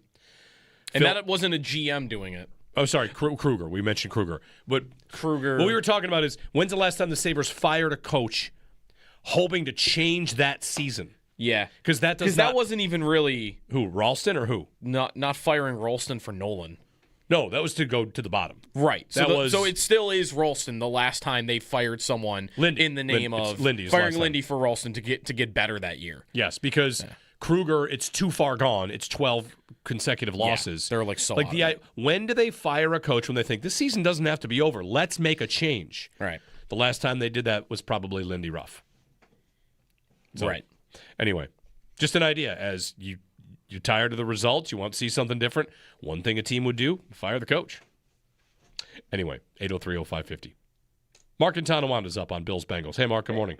Hey, good morning, guys. Just to your last point, I just think Kevin Adams has to go way before Lindy Ruff. I think sure. kind of gotten. Sure. Okay. But the idea is, like, what would a team do? What would a GM do in this spot? One thing NHL teams often do is, not to say like Lindy's the primary person that's responsible, but he was brought in for the accountability, and that really just hasn't happened. So they don't really consistently play with fire and effort. I totally agree. Totally agree. Yeah, Kevin Adams, I think, has set him up terribly too. Anyway, but that's not why I called. Thanks for having me on, guys. I was just wondering your thoughts on maybe the Bills changing their philosophy. I know they love to defer for double dipping. And just the way, at halftime, they'll take the ball to the second half to hopefully score, before the end of the half and then get the ball back again.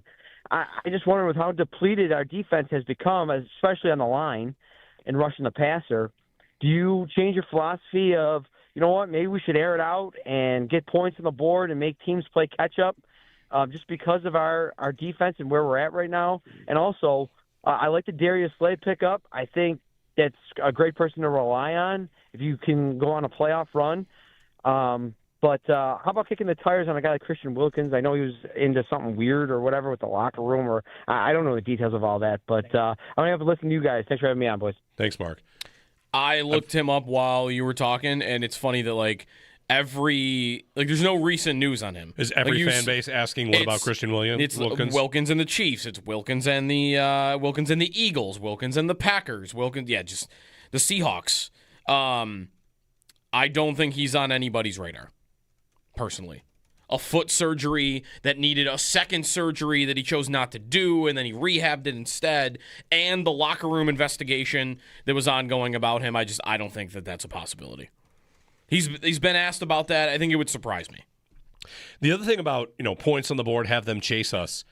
I think the Bills can probably do that with the run game in a game like this. This defense is so bad that the Bengals, it's supposed to be so bad, that I don't know that they're going to be trying to thread a needle of, complementary football so much as Joe Brady. Can he call the same play 29 times again in this game? He might. He might. The Steelers' defense was not as bad as Cincinnati's. It's bad, but it's not as bad as Cincinnati's, which has been beaten by just about everybody. Like Baltimore, even though they scored 14 points, went up and down the field on them. So You know, the double dip, it's fun. It's so funny, the evolution of the double dip, right? And I don't know how much credit is given to gamers playing Madden doing this long before NFL coaches did. Yep. Right? Like, yes. You'd play Madden and you'd want the ball second because whatever. There's plenty of studies on this, like all the simulations you're running 1,000 games of Madden. If you've played 1,000 games of Madden in your life, no, you haven't been an NFL coach at that level, but an NFL coach gets 16 chances to decide what's better, kicking first or getting the ball. Yep. And everybody playing Madden was kicking off long before the NFL did. Then Belichick started doing it. It's like, oh, look at this guy. He's figured this out. Yeah. Have you caught the new phrase? I feel like there's a new phrase that's coming up about what is essentially the double dip. It's the middle eight. The middle eight? The middle eight. Yeah, the middle eight. Oh, Belichick used to want to win the middle eight. I've seen a little bit about that. Just basically repackaging the same idea as something else, like, oh, this genius Belichick. Yeah. The last 4 minutes of the first half and the first 4 minutes of the second half. The middle eight. That's the key. That's the moment when how good are you in the middle eight? This is where the Bills want to get the ball and score late. Yeah. And they often want to score late and milk the clock and kind of get it to zeros where you don't get the ball a chance to score. When they played the Chiefs, the Bills got their score and the Chiefs went back down and got 3. Yeah. So what do you want to try and play so you get the ball in the middle eight? I guess. The general question is, should the Bills want the ball first against Cincinnati? Which we were trying to check into this. And Joe Cali found that in one of these games previously, the Bengals won the toss and elected to receive. They took the ball first. Yeah. Which game was that? It's actually, I was just looking into this. It's most of the games the Bills play against the Bengals, but the DeMar Hamlin game, that happened. They won the toss and took it? And took it, yeah. Playoff game, they won the toss and took it. Yeah. They just continue to do that. And then I saw the game in 2023 the Bills played there. I don't know if they won the toss, but they did get the ball first. They won the toss and elected to receive. So 3 times, did they do that in every game, or is it just against the Bills is a good question. It's a good question because it goes back even what I'm looking at to 2019 and 2016, and they did it then too. Interesting. Those would be unrelated for the most part. My question would be 16 at least, because that would be Marvin, for sure. That would be Marvin Lewis for sure. Yeah. And 19 is not Zach Taylor. 19 is also that might be him. Is that right? I think it's his first year. He's been here a while. Well, the Bills aren't really. Yeah, I don't know. I don't know if the Bengals are taking it first every single time. Hypothetically, though, if they wanted to take it first, if you win the toss, should you take it first because you're getting what they don't want? We do this a lot with punts. What does my opponent want me to do? Let's say, you win the toss. Yeah. Or whatever. Like, you have the choice. Take the ball?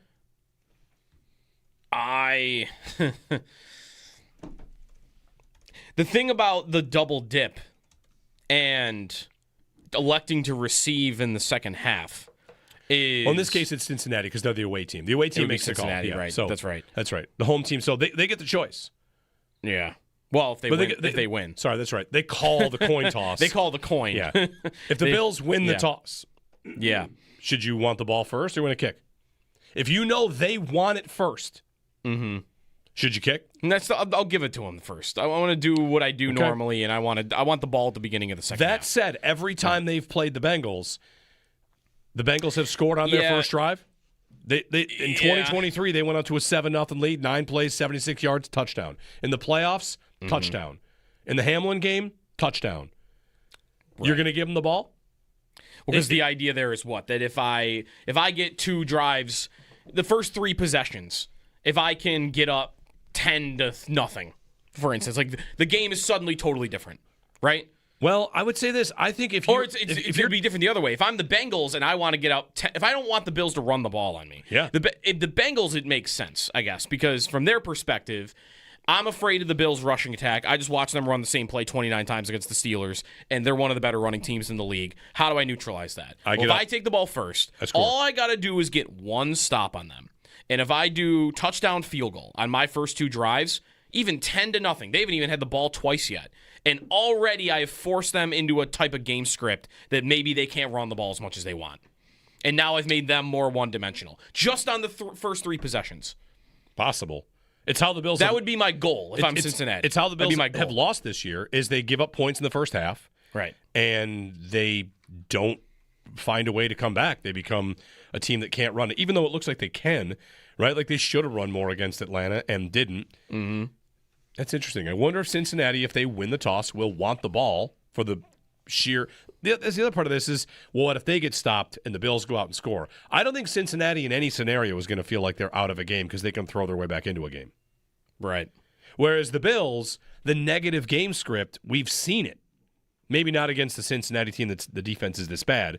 You know, Atlanta at the time had a pretty good defense. Houston, pretty good defense. But Miami's defense is terrible.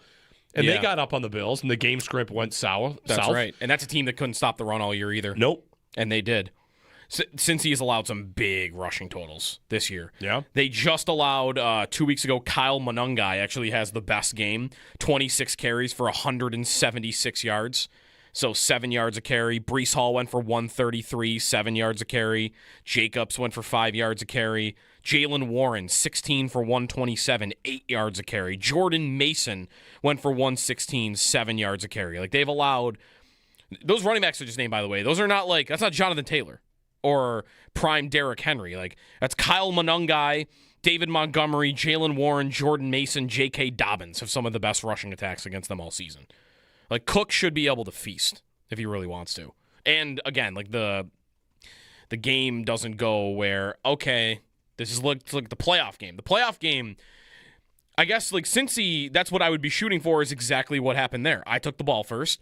I went down the field and scored, stopped the Bills once, went down and scored again, and now suddenly the game is, like, completely different. 14-0. 14-0. The Bills haven't even touched the ball yet for a second time, and already they have to play catch-up. More one-dimensional than they probably want to do. 803-0550, talking Bills-Bengals, and also the Sabres lost last night. Jeremy and Joe, Alt Joe's here, Owen's here. We're going to each our same-game parlay, our fantastic four-way parlay. We might be short on time. We're going to move the time of it to try and change our fortunes. Maybe I'll call it a must-win. It's over. Is it already over? It's just on right there. Well, you said maybe I'll call it a must-win. Yeah, it also could cancel out must-win. that energy over there. Yeah, Owen the parlay killer. So we could be counteracting. It could cancel out. Owen the parlay killer. 2 negatives make a positive. Yeah, that's right. He killed a big one last week, huh?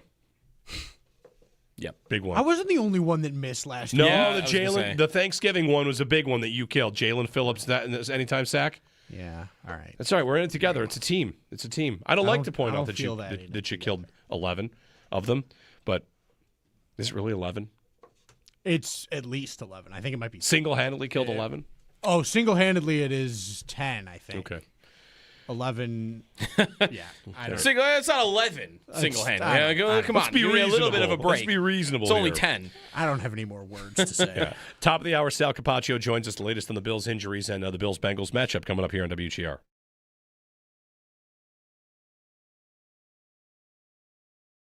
So they had Tage mic'd up, and he said basically a couple of bad bounces. Couple bad bounces. After that third goal from the Flyers that, went off his back, and then they get that chance. Yeah. I've never been more frustrated with this hockey team in my life. Okay, so I want to ask you a couple specific questions about this. We're digging right into the Sabres. You want to call 803-0550. Bad bounce. Are you mad he said that because he didn't chase after it? Yes. Okay, because what I would think is, as a hockey player, you have to, even at the highest level, you have to square with the idea that the puck is dumb and bad bounces can crush your season, your game, your dreams. Like, oh, cool, went off a dude's butt and we lost. Right. And you have to be like, what are you supposed to do about that? But I guess the thing you're supposed to do about that is like back check if it happens. Right. Cover exactly. up for it. What you're supposed to do about that when you get bad luck or when things get hard is try. You're supposed to try. Right? That's what we all do at work. We try. Speak for yourself. Sometimes. Not assume that the play is over. Yeah. A bad bounce means nothing when you don't do anything to neutralize it.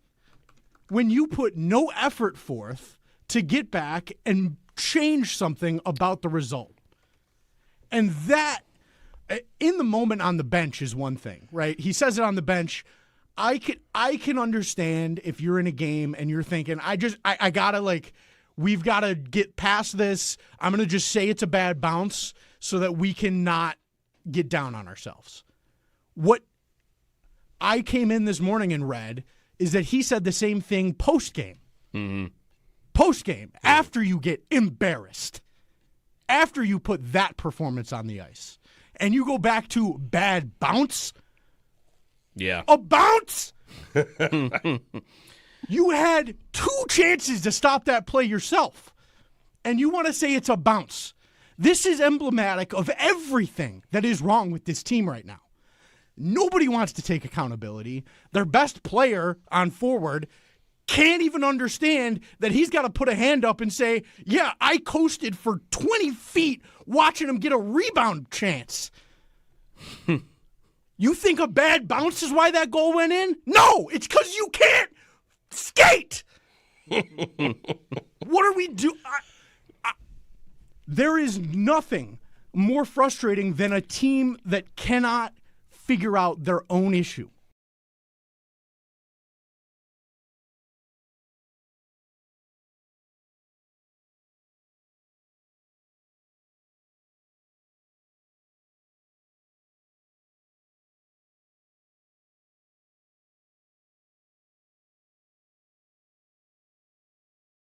But that was definitely one of them. We've really been doing this long enough that we should know that this team overall is not.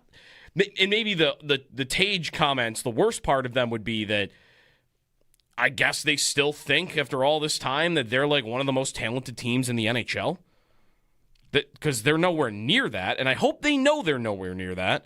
I think Tage and Dahlin might have a right to not think that way because they are 2 of the most talented players in the league. But everybody else should not be thinking like, man, we really should be a playoff team. Like, no, you as a group have to overachieve to be a playoff team. I think that's how they should be looking at it. And maybe they have a little bit more this year. I don't know. They've been injured. But, yeah, Tage last night with that one moment, not back-checking after the turnover, is maybe his toughest look of the season. He doesn't have a lot of those, but that was definitely one of them.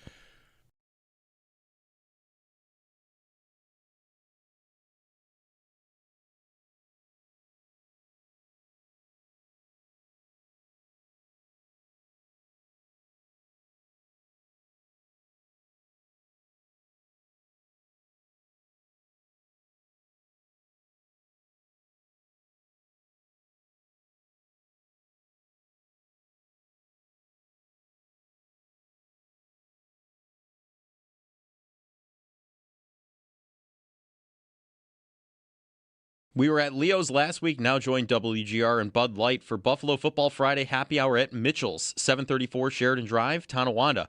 Schopp and Bulldog will be broadcasting live this Friday from 3 to 7 and on December 19th. Join us for our last live broadcast at the Draft Room.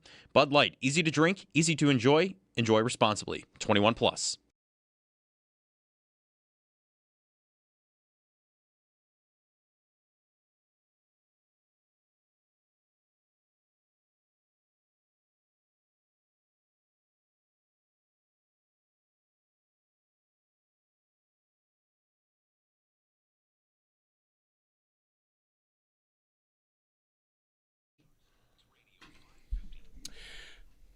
We have time for trivia?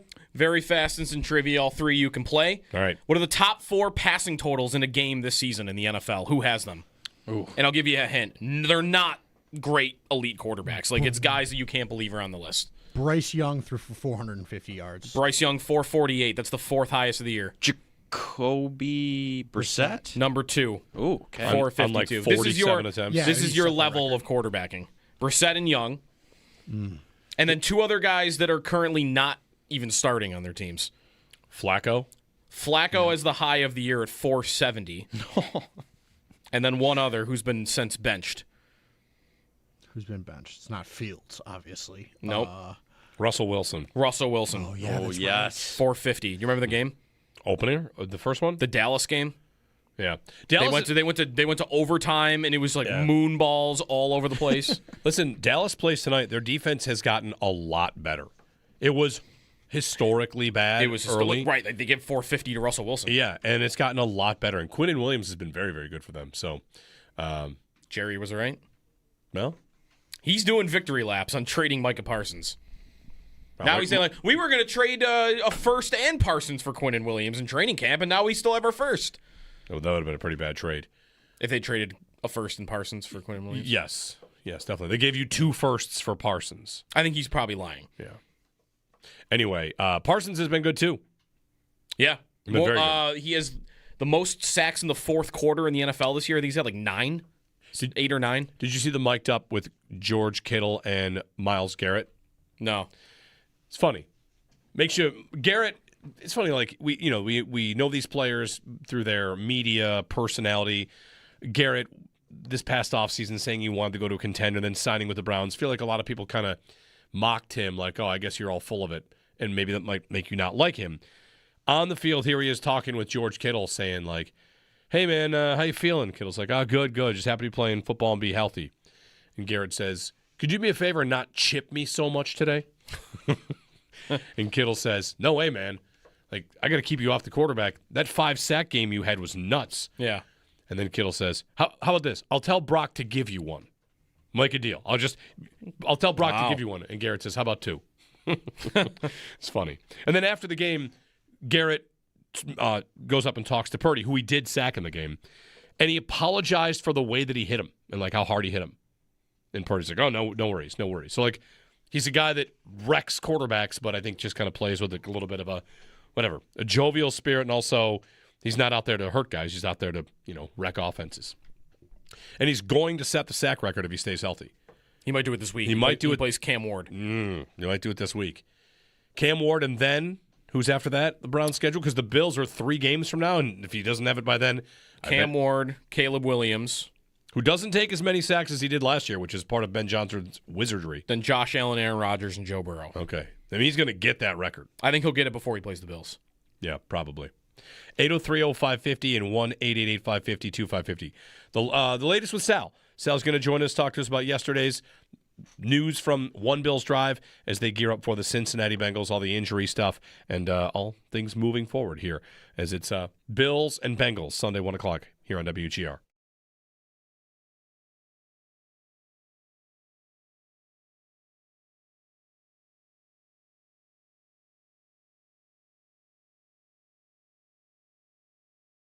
On the Bills, so Joey Bosa, hamstring, the timeline is murky.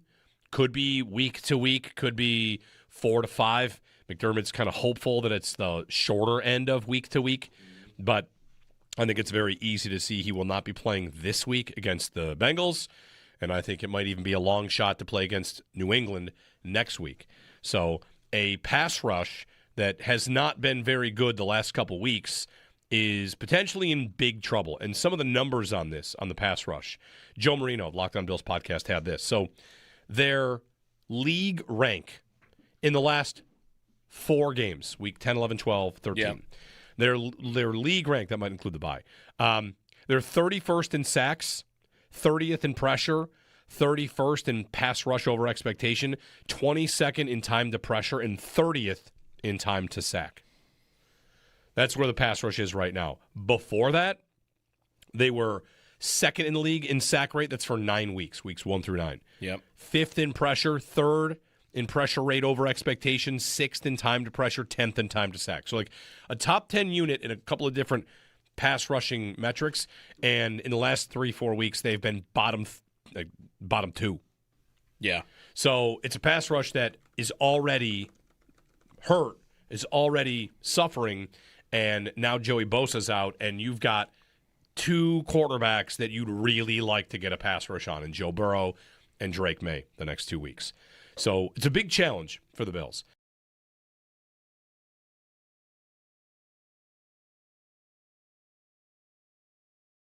Allen made a comment yesterday that kind of resonated with me. He talked about how, like, this time of year, you want the pressure. You know, our guys love playing this time of year.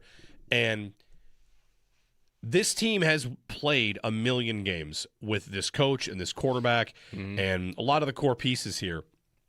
And you don't want them to ever, you'd never say, they're kind of going through the motions in October or September. But it's probably not a coincidence that every year, this time of year, what do? they kind of strap on their helmets and start kicking butt. They start winning games. The record in December is tremendous, right? For the drought Bills, it used to always be like, oh, home field advantage in Buffalo, right? That's when it's our time.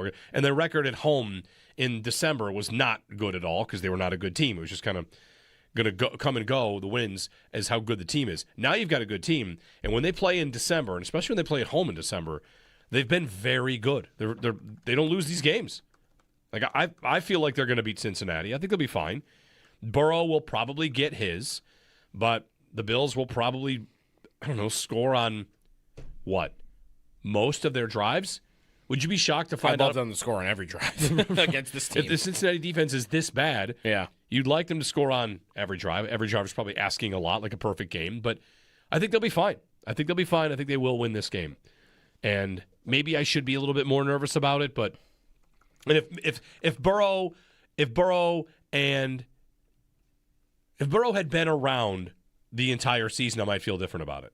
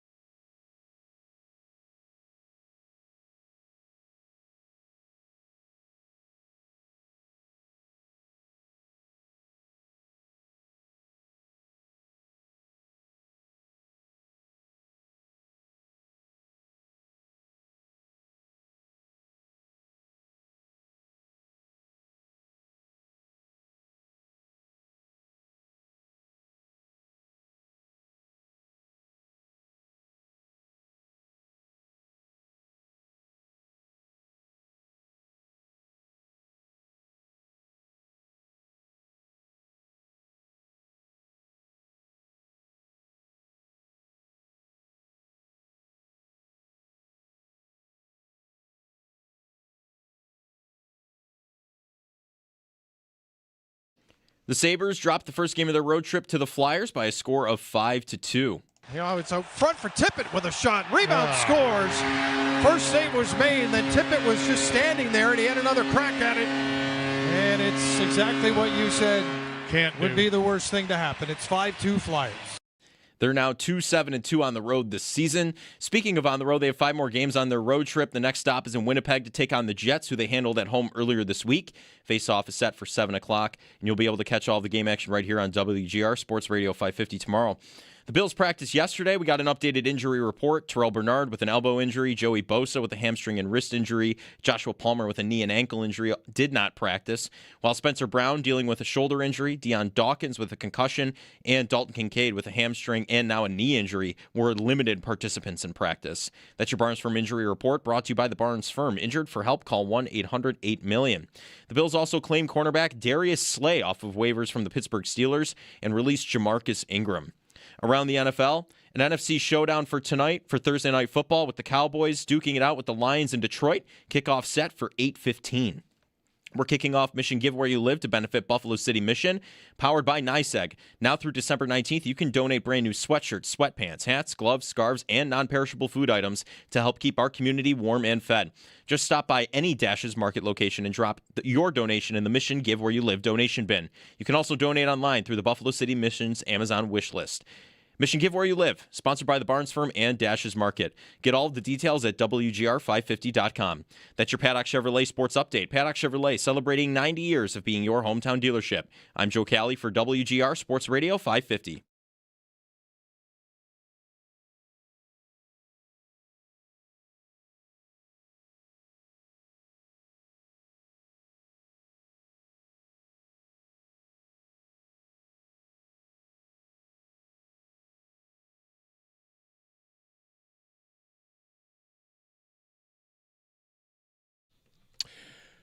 Sal Capaccio joins us on the Western Hotline ahead of most of your Thursday still out in front of you. The Bills got back to work yesterday, and he was down at One Bills Drive to hear from players and coaches. Sal, good morning. We got an injury update to get to, and, of course, plenty of Bengals chatter as well. How are you today? Pretty good. There's a lot of stuff happening yesterday, I guess, and saw the stuff about Darius Slay and, you know, suddenly what that meant, and then injuries and Sean McDermott talking about Joey Bosa. So wherever you guys want to begin, we're good to go. So, Slay, let's do that because this is a little different than previous moves. I mean, we've all had our fun that, you know, they bring back former players and it's all practice squad. This is just player hits waivers and they put a claim in. The Eagles, I believe, also did as well. Did I see that? I saw there were a couple teams. Okay, yeah, Philly was definitely one of them. Gotcha. So the Bills put a claim in, and that means, you know, right to the 53. So as soon as that happens, Sal, I'm thinking like, all right, well, who's going to go? The answer is Jamarcus Ingram. So this would be something. I'm trying to think the last time the Bills claimed a player on waivers. Would you have that top of mind? Oh, it's a good question. It would have to be. I don't know if it would, anything during the season. It's tough for them to do it because usually they're very late in the waiver order. And, you know, they've had a good team and haven't had too many holes. But were you surprised to see this at all, that Darius Slay was claimed on waivers by the Bills? Yes. This was definitely something I did not see coming. I mean, it's a position where I think they've been good lately, right? DB, corner. If it was a safety, maybe you're like, okay, you know, they have four, but one's really a special teams guy, Sam Franklin. They do have Cam Lewis, but he's a nickel guy. But corner, Christian Benford, Max Hairston, Trey White. I think Trey's played much better lately. Was really stabilizing the position last week. They didn't really need Max Hairston to play that much coming out of protocol. Hairston's been good, you know, since he's come back from the injury. Obviously, we know Benford playing the way he has. And then Jamarcus Ingram's always been the guy to me. As you guys know, I've always been a Jamarcus Ingram fan for what he brings. I think he's been kind of a guy that's really done a good job through the system. But he's always been a guy that, you know, he's either he could be a healthy scratch or he could be someone using a pinch. But when he's on the field, he plays on special teams. So that's kind of where I go with this, which is I don't know what Darius Slay's role is. Like, he's not going to play special teams, right? He's 32. Is that what he does? I don't think he played it in Pittsburgh. Now, the only thing I can get to is, which is really interesting, and shout out to my buddy Josh Reed. I texted with him yesterday. I'm like, I'm trying to make sense of this. He said, well, let's remember, too, he has played Cincinnati twice this year, Darius Slay, which is interesting. And he's played Cleveland. And so, I mean, maybe there's something to that. Maybe there's something to, we're getting a guy in our building who has some experience against these teams that we have coming up that we need to get some wins against. But, man, if you're doing that for that reason, it feels like, well, you got to claim a guy, pay him, put him on the 53, release one of your own that you like who's a little bit younger who does some stuff for you. It's just super interesting. Unless there's an injury that we don't know about to somebody, but there was nobody on the injury report or a suspension coming. I'm not putting that out there. I'm just saying like that then it would make more sense because I'm trying to figure out like what the goal was here and what Darius Slay's role is. Yeah, because it would make more sense Sal, if Tre'Davious White had been really hurting them in recent weeks while he's been splitting time with Hairston. But it seemed like, and I think the numbers back this up, that really since the Miami home game where he got lit up by Waddle, that White has kind of stabilized when he's been on the field. I agree with you. And, I mean, there was nothing from last week that made me think anything differently. I thought he played really well last week. So well that he had 33 snaps and Max Harrison had 13, and Sean McDermott said it's just the way the game flowed, and fine with that because Trey was playing pretty well. So, I mean, at the heart of it, I think just the basic 30-foot view is the easy answer is he's veteran corner depth, right? I mean, like you could never have enough veteran corner depth, and if you feel that you're going into a stretch run against Joe Burrow and Jalen Hurts and Drake May the way he's playing, and you're going to have to, you're going to see some of these teams in the playoffs. That is not a bad thing to have veteran corner depth. It never is. Totally understand that. I'm just trying to figure out what is his role because he had to go right to the 53. The way that it works, I tweeted this out yesterday. I guess a lot of people didn't know, so I'm glad that I didn't know that people know, so I'll explain it. When you claim a player on waivers, whether you do that at cut down day and a team releases all these less than 4-year guys, or you do it later in the year, when you claim a player, he's got to go right to your 53. You don't claim a player and put him on the practice squad. Now, what they can do is they can wait for Jamarcus Ingram to clear waivers today. Jamarcus can get claimed by anybody, by the way. If he doesn't, the Bills could re-sign him to the practice squad and release to Corey Couch or Dane Jackson. They also could wait a day and then release Darius Slay and then hope to put him on the practice squad, but that's not going to happen because we know other teams already tried to claim him. So what are you going to do? Put him back on waivers and just lose him for nothing? Yeah. Like it wouldn't make sense. So he had to go on the 53. If it is just veteran corner depth, you know what that actually reminds me of? I'll make a hockey comparison. When the Sabres lost to Carolina in 2006, Game 7, they were out of defensemen. What did Darcy Regier do the following trade deadline? 2 defensemen. He acquired a bunch of 7th defensemen that they didn't need because how did the season end the year before? And I don't maybe Bean's thinking about Sal the AFC Championship game where they got down to Kyrie Elam and he's just making sure break glass in case of emergency. They have 2 or 3 injuries at the position. They won't get back into a position that they were in last year where it felt like they had a guy on the field they just couldn't trust and never could really take him off. No, it's a good point, Joe. And I think maybe last week with Max Harrison starting off the week in protocol, maybe got them to, you know what, we could probably use another guy here. What if he was unable to go? Then we would need Jamarcus on the outside. Maybe we're not comfortable with that. So yeah, I agree that could very well be something. So they now have, Darius Slay on the roster. And again, we'll see what his role is. Is he even going to be, active on game day? Jamarcus Ingram has been a healthy scratch for quite a bit of this year. I think the last 3 games he has been. He's kind of he's going to play if somebody's down, somebody's, not playing, somebody's injured. But when he has played, he provides more of a versatile depth. That's why I was always surprised. Like I've always championed for Jamarcus Ingram because he's so versatile. He can play. Now, he's not going to start for you anywhere. No, but he can play outside. He can play nickel. He can play dime safety. Yep. And I just think they've always really liked having a guy like that. Yeah. By the way, Jeremy asked earlier, when's the last time they claimed a guy? So I have the list. It does not happen often, by the way. They made a waiver claim in May, Casey Rogers. And I don't think he ever did make it to training camp. I'm not sure he did. Oh, yeah. Casey Rogers. Wait. Casey Rogers has a great story, by the way. You know the Casey Rogers story? No. I'm not kidding. Casey Rogers was a defensive lineman who actually was a really high-level lacrosse player. His dad was a Syracuse lacrosse coach. He's now the head coach at Cortland, I believe. Okay. I think he's still the head coach at Cortland. He's a defensive lineman, a big dude, but he was like this super awesome lacrosse player. And he was going to go to Syracuse to play lacrosse, and then he decided he went to Oregon to play football. He went to the Bills, went to training camp. He got released. He is now back playing professional lacrosse. Oh, wow. All right. And he was a defensive tackle. Yes. And before him, you got to go back to Cameron Klein a couple years ago. I'm looking, there's a dozen or so claims that Bean has ever done for the Bills. Sal, again, it doesn't happen often. The only 2 that have really ever made a significant impact, Jordan Phillips was a waiver claim originally from Miami. All right. And so was Isaiah McKenzie when the Bills got him from Denver. So you've had 2 guys that have ever really made a serious impact, I think. All right. Yeah, I mean, it's an interesting move, so we'll see what the plan is for them and why they did it. And then today we'll be on the lookout. Later today we'll know if Jamarcus Ingram clears waivers. Somebody could claim him, or if he doesn't, the Bills could then re-sign him to the practice squad if they choose.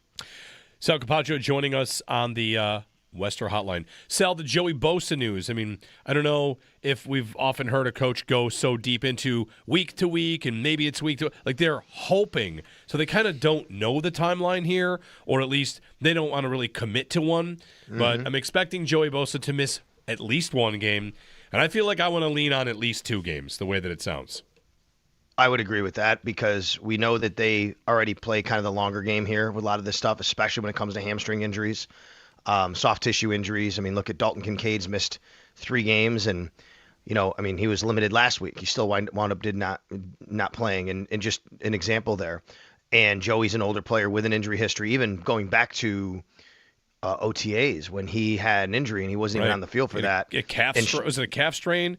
Yeah. I think it was, and he didn't play at all. And I remember McDermott, making the point of we know how important it is to keep him healthy. He knows that he has an injury history, and we're going to do whatever we can to make sure we can do that. So it feels like this is specifically, the kind of player that they're going to want to really be cautious with. So we'll see where it goes. I thought it was interesting as well, the way he worded it, saying he's week to week, but it could be like a 1 to 2 week deal or, multiple weeks. We'll see, hoping on the shorter end of that. However, the phrasing was, I guess at least I'm encouraged by the fact that it doesn't sound like it's super serious. Yeah. He's going to be out for quite a while, you know what I mean? But I think that caution and making sure that, they do everything right by him. That said, guys, too, I mean, you got some games coming up here that are important, and right. What does the situation look like in 3 weeks? Do you beat Cincinnati and beat New England, and suddenly the division is possibly live? Do you split the next 2 games? You lose at New England, lose division? Like, I think a lot of that probably comes into play at some point here with some of these guys and how they're managing, who they want on the field. To that point, Sal, like McDermott said, we know our backs are against the wall. And when he said that, like their backs aren't against the wall to make the playoffs, he means that for the division. And that not only do they have to win games, but they need help. And I wonder, there are a lot of voices in who plays and who doesn't, whether it's a GM or the coach or a position coach or trainers.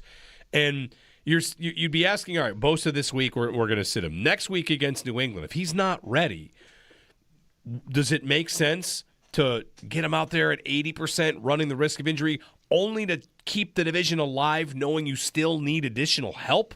Like you might get to listen, guys, we got like a 7% chance to win this division, but if we get in the playoffs, we like our team, so let's make sure that he's on the team when we get there. Like I feel like as much as you don't want to say, and you never would say, I'm going to give up on the division, because you're not giving up, that I don't know that you should be treating that New England game as if it's some sort of end-all, be-all, everybody plays no matter what, because the goals, even though you would be losing a division, if you do, the goals are still bigger than that. Ohio State lost to Michigan and won the national championship. So, like, you kind of got to keep them in proper perspective. And I think the Bills generally do that. I don't think that they would rush a player back just for that reason and say, wait, no, we all hands on deck. Screw it if he gets hurt, right? You're not going to do that. They're going to do what's right by him and what's right for the long game. And I think that, and this goes back to even the Josh Allen discussion we've had going back to the offseason, where I've said many times, if you just listen to McDermott and Bean, it's clear their philosophy is we need to keep our quarterback healthy all year. Like, that's our ticket. We can't get our quarterback hurt, and if he is hurt in the playoffs, we don't have much of a chance. So you got to make sure that's the case. And I think that the way they play football is a reflection of that. I don't think they'll make a decision based on simply, oh my God, we got to beat New England if Joey Bosa isn't ready to play. They wouldn't do that. And I think Joey knows that too, that, he's got to be healthy and ready to go when the games, quote unquote, matter more, come playoff time. What about Kincaid, Sal? Yeah, I mean, so it is interesting that he has a knee now listed with the hamstring, but he also was limited. So, and just so everybody's clear, they had a walkthrough yesterday. And a walkthrough practice doesn't mean they were limited in the walkthrough or did not participate at all in the walkthrough, which is, I guess that would be possible because guys with the injuries. But it's an estimation of what the player would have been had it been a full practice. So I don't want to go to, did he do something to his knee during practice? You know what I mean? Like, I don't think that would be the case here because it was a walkthrough. I think it's encouraging. He's still limited despite having the 2 different injuries listed. Is it something that's, that came back up Or is it just something they're managing? Because I could also see a scenario where he's got the hamstring. We're going to get him a little bit more ramped up. Let's just make sure the knee is good too, so you go through that process of it, so you list him. I don't know. We'll see a little bit more today. They'll be back on the field today about 12:30. Tight ends who, by the way, have roasted Cincinnati this year. So we had Matt Bove and I did a podcast with Joe Goodberry yesterday. It's always game day in Buffalo. Really good stuff from Joe. He covers the Bengals, as you guys know, local guy, but he's a Bengals guy. And he had an incredible stat that I did not realize. He said yesterday that tight ends against the Bengals, that the Bengals are allowing about 250 yards more than the next worst team in the league against tight ends. They're the worst team in the league at allowing yards against tight ends. The next worst team is about 250 yards less than what they've allowed. That's how bad they've been. Yeah, 5 tight ends this year have gone over 90. There's big games like Colston Loveland at 118 a couple of weeks ago. Hunter Henry at 115. And then on the offensive line, also, so Brown. Can I also just real quick, Joe, say this? If Dalton Kincaid is compromised at all this week and can't go, you're already out. You're also out of elevations with Latu. So they would only be able to dress 2 tight ends. Well, Gilliam can do it, kind of. Right. Correct, but that's exactly right, yes. Right.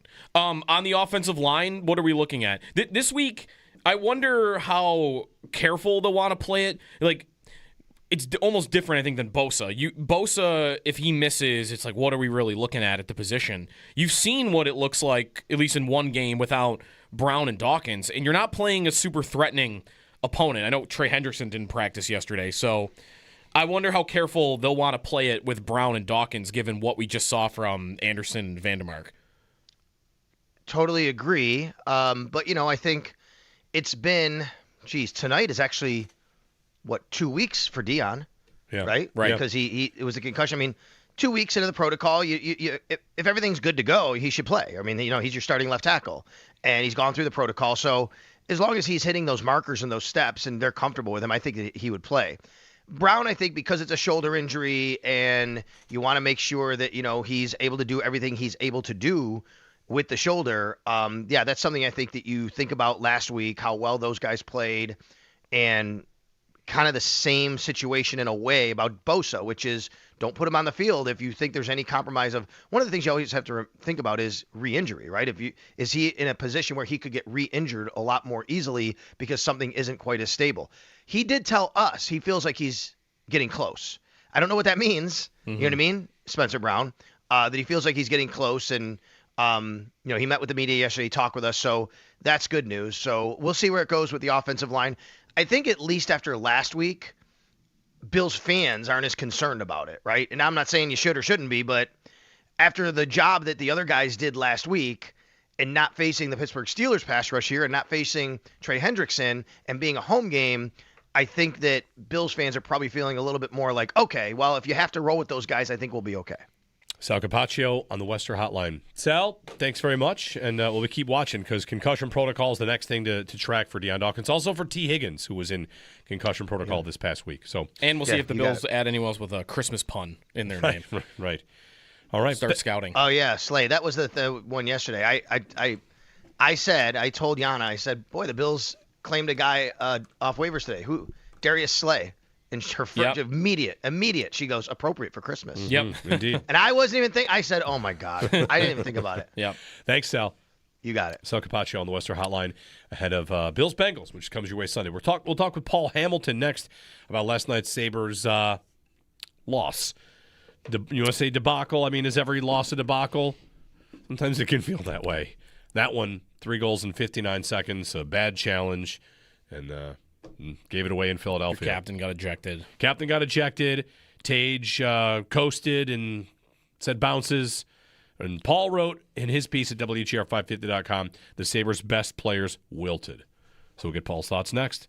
803-0550 here on WGR.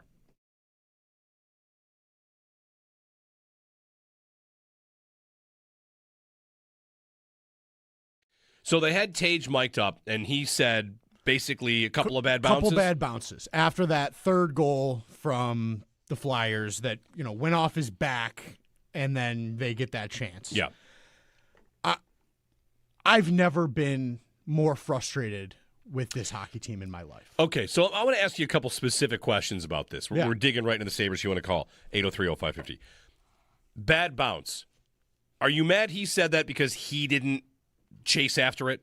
Yes. Okay, because what I would think is, as a hockey player, you have to, even at the highest level, you have to square with the idea that the puck is dumb and bad bounces can crush your season, your game, your dreams. Like, oh, cool, went off a dude's butt and we lost. Right. And you have to be like, what are you supposed to do about that? But I guess the thing you're supposed to do about that is like back check if it happens. Right. Cover exactly. up for it. What you're supposed to do about that when you get bad luck or when things get hard is try. You're supposed to try. Right? That's what we all do at work. We try. Speak for yourself. Sometimes. Not assume that the play is over. Yeah. A bad bounce means nothing when you don't do anything to neutralize it.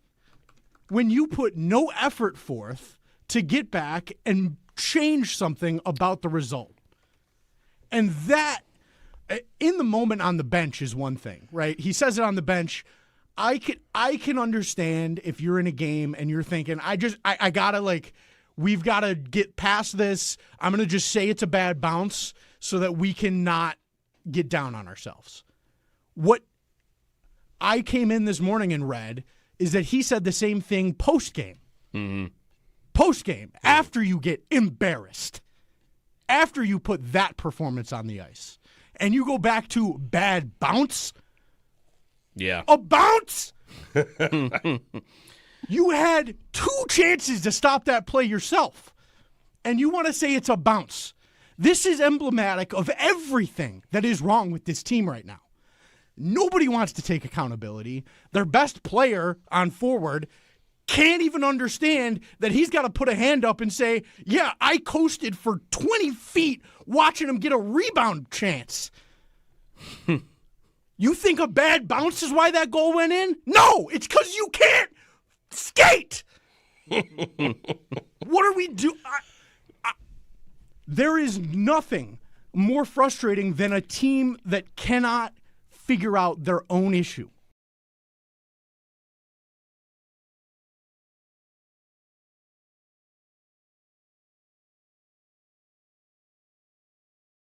Alan made a comment yesterday that kind of resonated with me. He talked about how, like, this time of year, you want the pressure. You know, our guys love playing this time of year.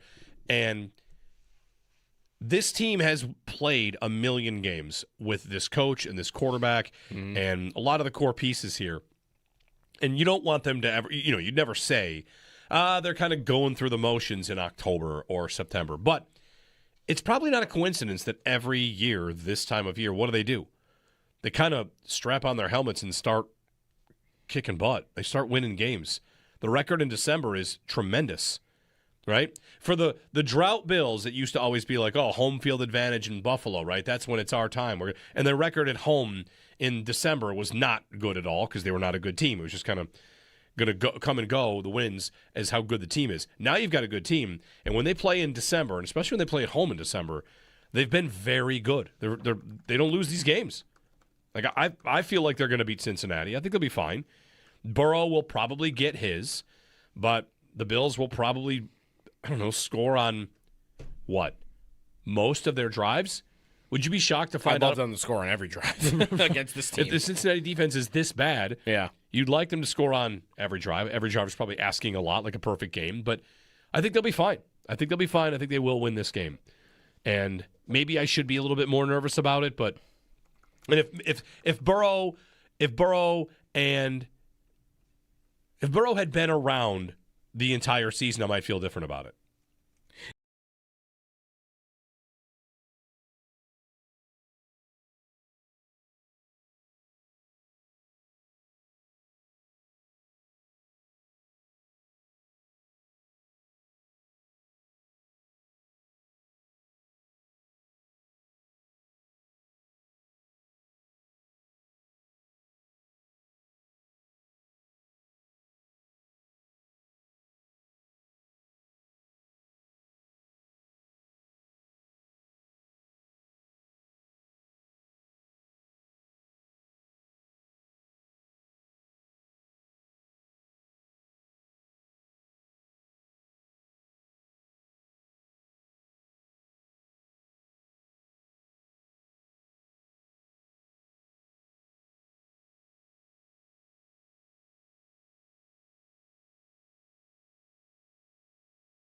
The Sabres dropped the first game of their road trip to the Flyers by a score of 5-2. They're now 2-7-2 on the road this season. Speaking of the road, they have 5 more games on their road trip. Next stop is in Winnipeg to take on the Jets. Paul Hamilton joins the show up next to review last night's game. The Bills practiced yesterday, and we got an updated injury report. Terrell Bernard with an elbow injury, Joey Bosa with a hamstring and wrist injury is week to week, and Joshua Palmer with a knee and ankle injury did not practice. Spencer Brown with a shoulder injury, Deion Dawkins with a concussion, and Dalton Kincaid with a hamstring and now a knee injury were limited participants in practice. That's your Barnes Firm Injury Report, brought to you by the Barnes Firm. Injured? For help, call 1-800-8-million. The Bills also claimed cornerback Darius Slay off of waivers from the Pittsburgh Steelers and released cornerback Jamarcus Ingram. Those are your Paddock Chevrolet sports headlines. Paddock Chevrolet, celebrating 90 years of being your hometown dealership. I'm Joe Cali for WGR Sports Radio 550.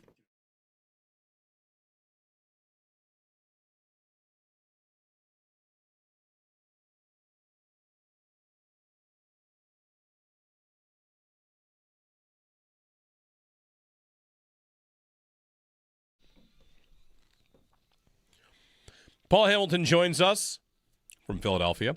Sabres were in Philly last night to start their road trip and lost to the Flyers.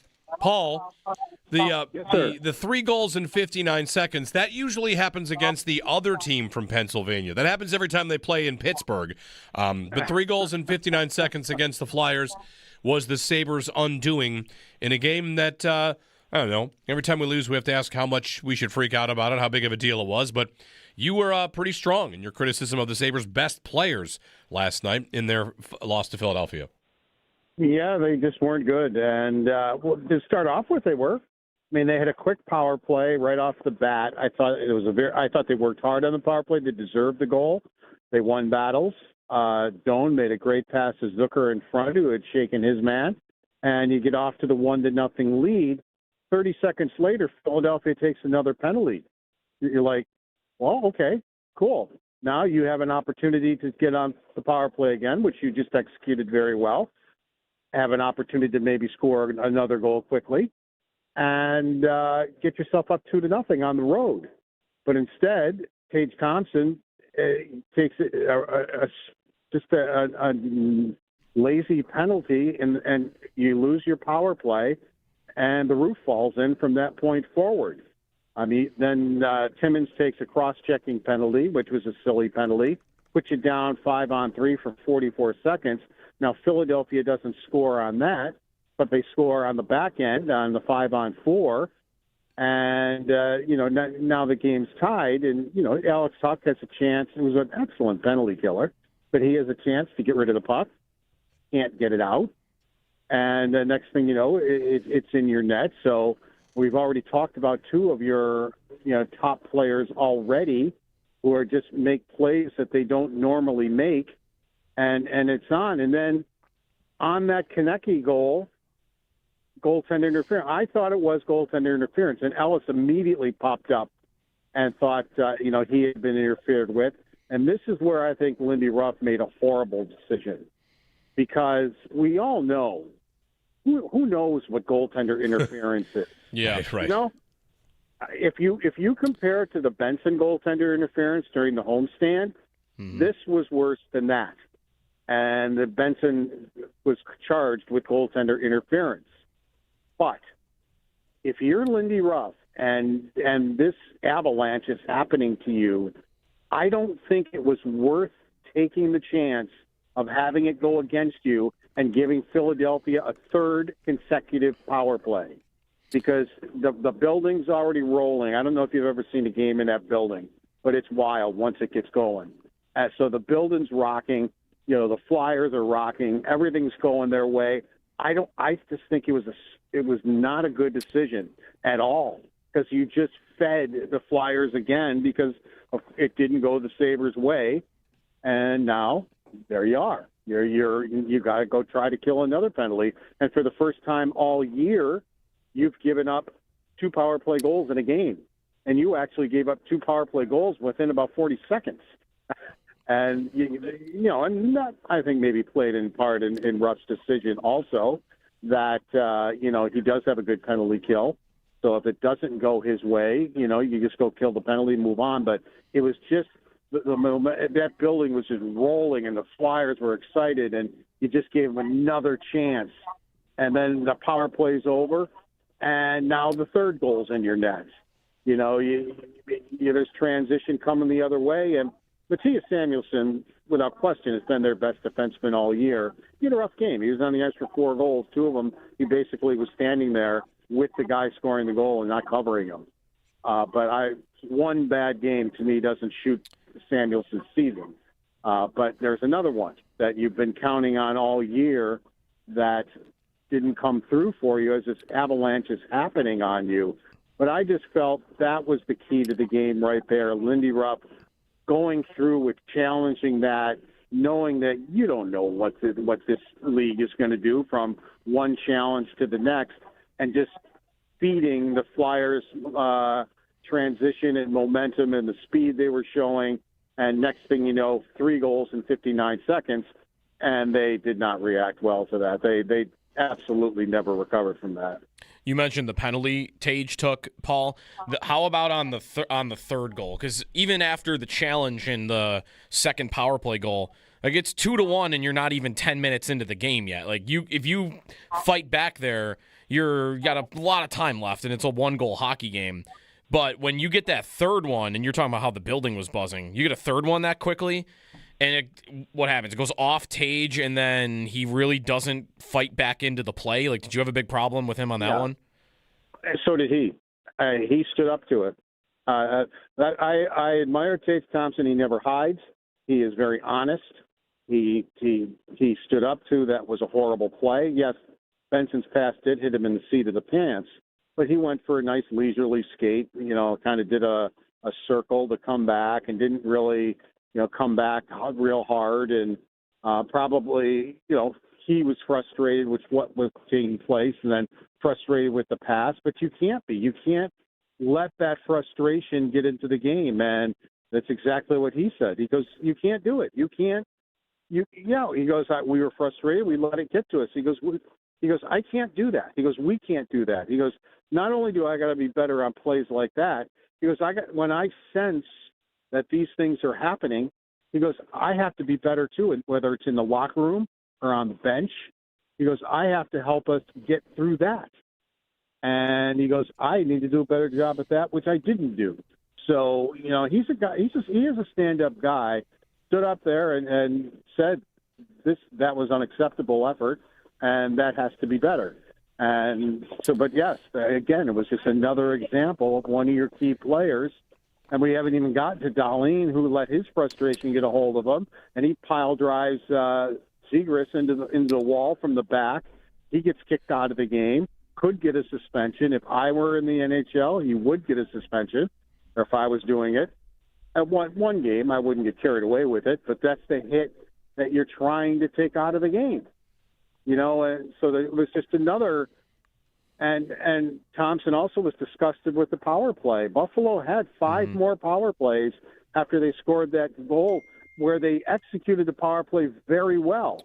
And then they looked like they'd never been on a power play before on the next 5. And you talk about opportunities to get back into the game. Despite what Philadelphia had done to you, you have 5 power plays after that. You take advantage of 1 or 2 of them, you're right back in the hockey game. On Thompson, by the way, Paul, are you attributing any of, because he also hasn't scored in, I think it's 5 games now, do you attribute any of this to him playing on the wing as opposed to center? Well, I can tell you this. He has scored 44 goals on the wing last year. He has played wing very well before. All he said was he thinks, playing playing at center he felt more comfortable. He kind of felt at home this year when he was put back there. But you're not going to put Norris on the wing, and he wants the 2 of them to play together.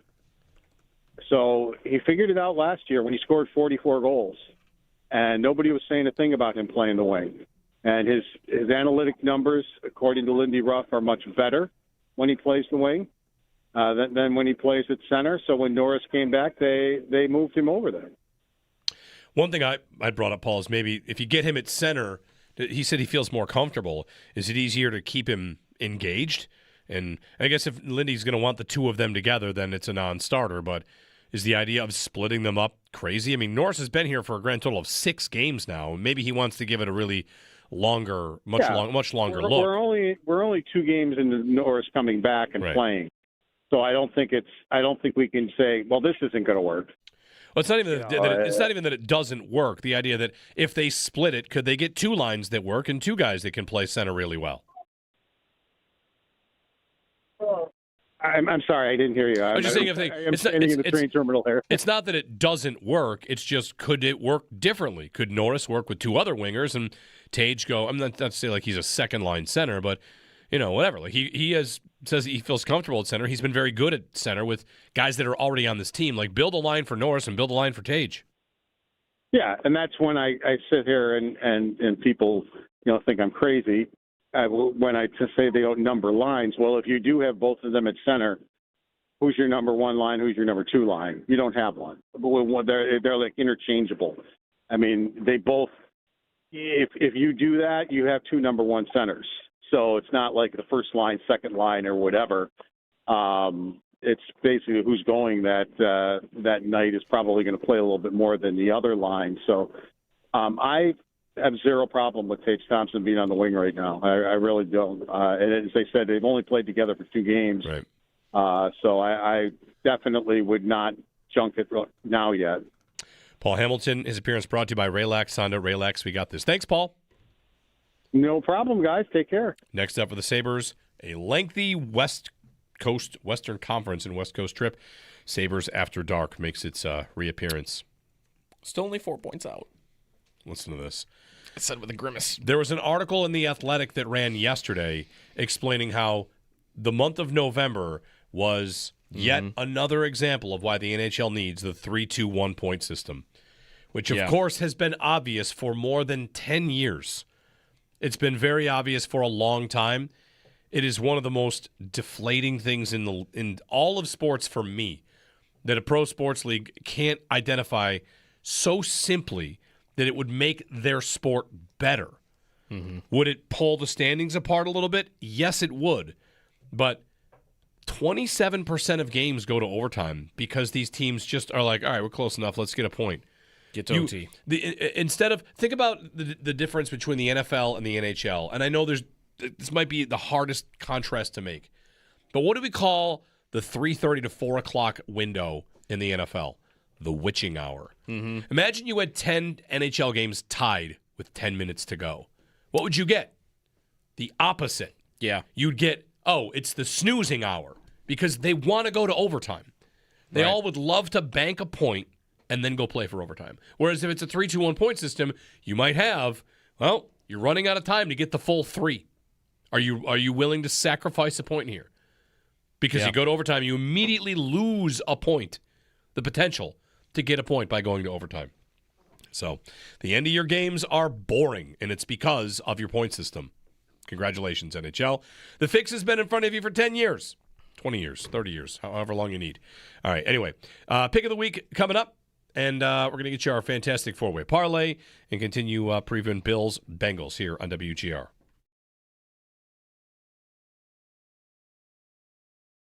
Alan made a comment yesterday that kind of resonated with me. He talked about how, like, this time of year, you want the pressure.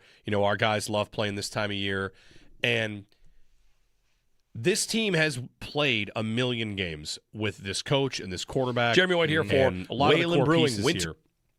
And you don't want them to ever, you'd never say, they're kind of going through the motions in October or September. But it's probably not a coincidence that every year, this time of year, what do? They kind of strap on their helmets and start kicking butt. They start winning games. The record in December is tremendous, right? For the drought Bills, it used to always be like, home field advantage in Buffalo, right? That's when it's our time. And their record at home in December was not good at all because they were not a good team. It was just kind of going to come and go, the wins, as how good the team is. Now you've got a good team, and when they play in December, and especially when they play at home in December, they've been very good. They don't lose these games.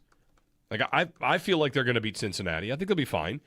Burrow will probably get his, but the Bills will probably I don't know, score on what? Most of their drives? Would you be shocked to find I'd out love them to score on every drive against this team? if the Cincinnati defense is this bad? Yeah. You'd like them to score on every drive. Every drive is probably asking a lot, like a perfect game, but I think they'll be fine. I think they will win this game. And maybe I should be a little bit more nervous about it, but if Burrow had been around the entire season, I might feel different about it. No, what I was going to mention was, so yesterday I saw food on the counter in a bag. A bag of... Here? No, at home. Oh, at home. At home. Like a sealed bag, the grocery shopping, and see something that looks good and you buy it. And it was this little bag of what looked like cookies. And the flavor of the cookies was milk and cookies. It was a sealed bag. I'm like, that was the flavor of the cookie was milk and cookies. Yeah. I thought, that sounds good. Like holiday season, who knows? You go to one of these fancy stores, they sell you a little bag. So I'm like, yeah, why not? Let me try one of these. Let me just open it up and try one. Open it up. These weren't cookies, were they? Dip in. They're shaped like a bee, like for whatever reason. Like, all right. Oh, I already know where we're going. Pop that thing in, take a couple bites. That doesn't taste like much. You ate a dog treat. I ate a dog treat. You ate a dog. You bought and ate dog treats. Not only did he eat a dog treat, I didn't he bought them because they look good. I didn't buy them. You didn't buy them? No. My wife would have bought them, and they're like in the order, and I ate this dog biscuit. Now, here's the funny thing. How long did it take before you realized? Was it immediate you knew this is not a cookie? Yeah, it wasn't sweet enough. Or enough. did you need to chew it a little bit? It wasn't sugary enough. Did you eat it? Sure, yeah. You didn't spit it out? No. So you actually ate a dog biscuit? Yeah, it did. It did. Come on. I took a picture of the bag because I wanted to show it to you. Maybe I'll tweet it too. I need to see the picture. How bad is it that you would not have known that it was a dog biscuit? Like, look down the screen here. How far down is natural? I already know this is 100%. This is a dog treat. I mean, they're pretty far. It says natural dog treats. How would you have ever down. thought that this was a human cookie? You see the bee in the inside. There's no cookies that are shaped like a bee? that. All right. Well, or in that color. If you want me to really blow your mind, that's unbelievable. It is a little bit nuts. All right, it's a weak moment. Fine.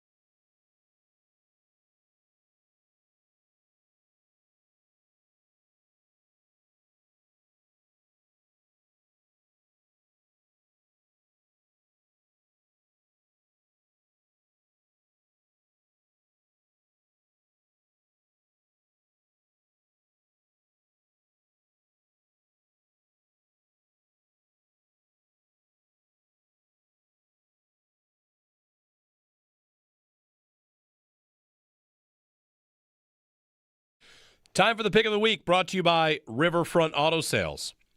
And the pick of the week at Riverfront, 2021 Chevy Blazer all-wheel drive LT with the 2LT package, Sporty, spacious, and built for Western New York weather. You'll love the confident handling, bold styling, and all the comfort features packed inside. It's clean, fully serviced, and ready to drive home today. Stop into Riverfront Auto Sales. The Blazer won't last long. 1379 Niagara Street, online at riverfrontautosales.com. Pick of the week's going to be a little different this week. It is a great NFL week, and I will illustrate it this way. Thursday Night Football is Lions-Cowboys. That's a good game, right? Yes. Your 1 o'clock window this week. Pittsburgh-Baltimore. Interesting, at least. Yes. Indy-Jacksonville. Big. Yeah, interesting, at least. Cincinnati-Buffalo. Important. Very, Yeah. right? Your late window has good games as well. Your late window, I'm sorry, not Denver-Vegas. I'm looking at Chicago-Green Bay. Great. Yes. That's the game that moved into the 425 window, right, in place of Bills-Bengals? Yes. Sunday Night Football is Chiefs-Texans. Huge. And can't wait for that one. Right. Absolutely huge. Kansas City without their tackles. Good luck. I know. And then Monday Night Football this week is Eagles-Chargers. Every single window has good games. So congratulations to Week 14. That's all. The pick is Week 14. Every window has a really good game. And next week, it's maybe not as true, but next week is just loaded, the 1 o'clock slate. So anyway. The 1 o'clock slate specifically. Yes. And the 4 o'clock too. And the, 4 o'clock is good too. Sunday and Monday are not as good. So there you go. The Chiefs, who, by the way, Sunday night, if they do lose to Houston, it'll be America's celebration of them missing the playoffs. Like, they won't officially be out if they lose. But if they lose, I think everyone's going to be celebrating as though they are going to miss. Right now, they're odds-on favorites to miss, but I think there's still an idea of, okay, they could go on a run. It's the Chiefs. They can go on a run. They lose to Houston, I think all that's dead. I saw Mina Kimes had a really good stat about the Chiefs. I want to give it to you here because they've been around for so long. It's kind of like the Bills. Like, what's different this year? What's not going well? What's the problem? What's wrong? And one thing she pointed out, it's kind of like they've got these certain superpowers. Yeah. The Chiefs do. For a while, it was Mahomes' escapability. And then for 2 years, he just stopped doing that very well. Now he's kind of back to doing it well. Here it is. From 2022 to 2024, the Chiefs ranked first, second, and third in when they blitz, yards per play, pressure rate, and sack rate. Basically, their defense was good to okay or great. Yeah. But one of the things that made them great was Spags, right? They send a blitz. Dialing up a Spags blitz. Send a blitz, and then the whole Twitter world's like, Spags this, Spags that. Yeah. From 2022 to 2024, they were first in yards per play against when they blitzed, second in pressure rate when they blitzed, third in sack rate when they blitzed. Their blitzes got home. You know where they ranked this year? 31st, 28th, and 31st. Wow. They blitz to no avail. That's what's happened to them. Yeah. It doesn't work. They don't have their Spags, the superpower, Thor's hammer. Thor doesn't have his hammer. So I thought that was really interesting to note. Here's a thing that they're known for is not working right now. So they play the Texans on Sunday night. That one's going to be intense. First practice of the week. So Simmons got placed on IR, right? So he's out for 4 weeks, their left tackle. Jawan Taylor, no practice yesterday. Trey Smith at guard, no practice yesterday. So it's very likely they will be without not just their tackles, but also their best guard. 3 starting offensive linemen that could miss against that defensive line. Like, I want to remember the Super Bowl against Tampa? I want to feel like that's what Sunday Night Football is going to look like. Or last year's Super Bowl, just Mahomes getting pummeled and running for his life because he's got backups playing against Houston. I think it's going to go really bad for them. Me too. We'll see if the Texans offense can start to find a rhythm. Yeah. Because that's what people wonder about them.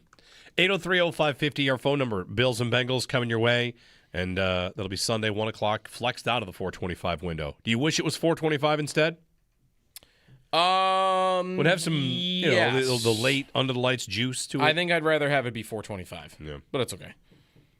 Well, anyway, give us a ring. Wide open phone lines for you on this matchup. How about that taking the ball first thing? I almost never want to give that credit, but if the Bengals want it first, maybe I should want it first, right? Do what your opponent doesn't want you to do. Anyway, you can give us a ring if you want. Jeremy and Show on WGR.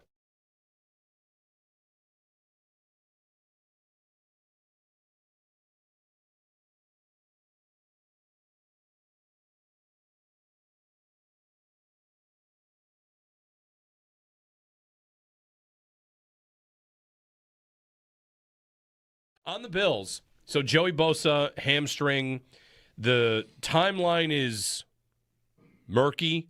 Could be week to week, could be 4 to 5. McDermott's kind of hopeful that it's the shorter end of week to week, but I think it's very easy to see he will not be playing this week against the Bengals, and I think it might even be a long shot to play against New England next week.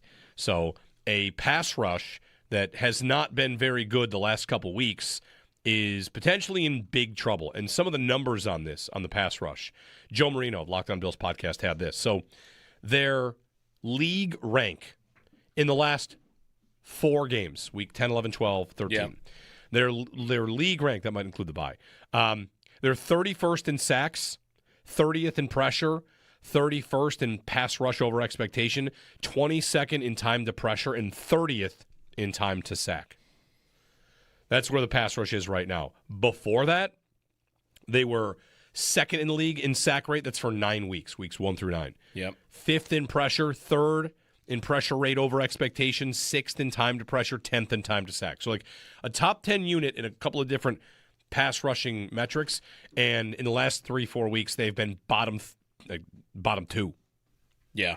So it's a pass rush that is already hurt, is already suffering, and now Joey Bosa's out, and you've got 2 quarterbacks that you'd really like to get a pass rush on, in Joe Burrow and Drake May the next 2 weeks. So it's a big challenge for the Bills.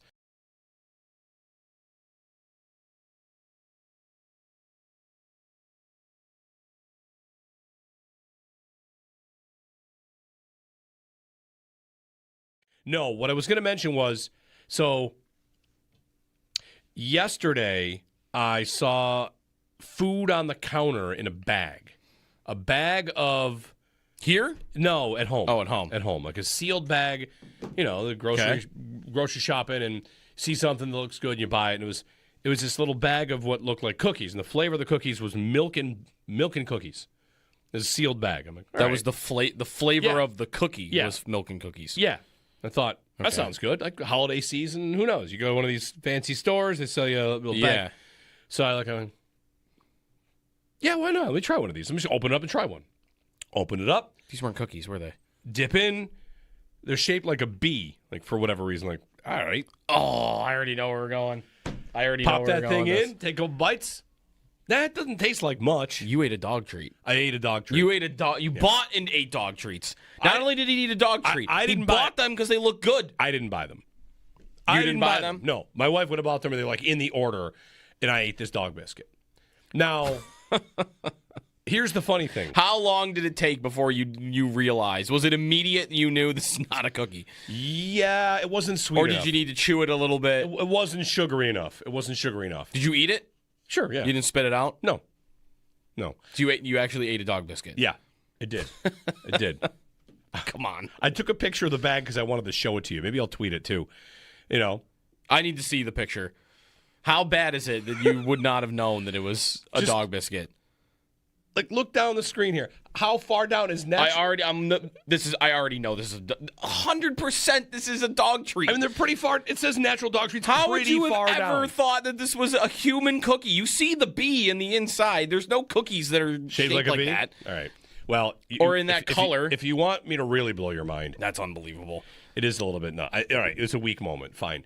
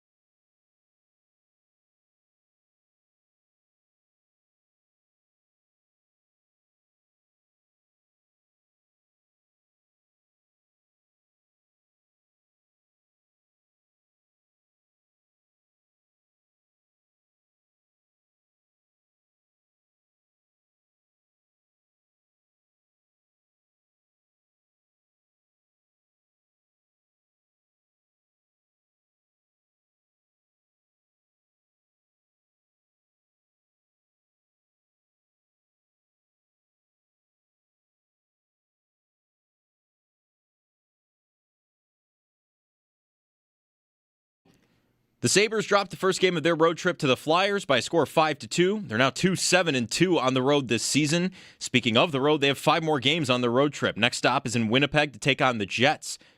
The Bills practiced yesterday. We got an updated injury report. Terrell Bernard with an elbow injury. Joey Bosa with a hamstring and wrist injury is now week to week. And Joshua Palmer with a knee and ankle injury all did not practice, while Spencer Brown dealing with a shoulder injury, Deion Dawkins with a concussion, and Dalton Kincaid with a hamstring and now a knee injury were limited participants in practice. That's your Barnes Firm Injury Report, brought to you by the Barnes Firm. Injured? For help, call 1-800-8-million. The Bills also claimed cornerback Darius Slay off of waivers from the Pittsburgh Steelers and released Jamarcus Ingram.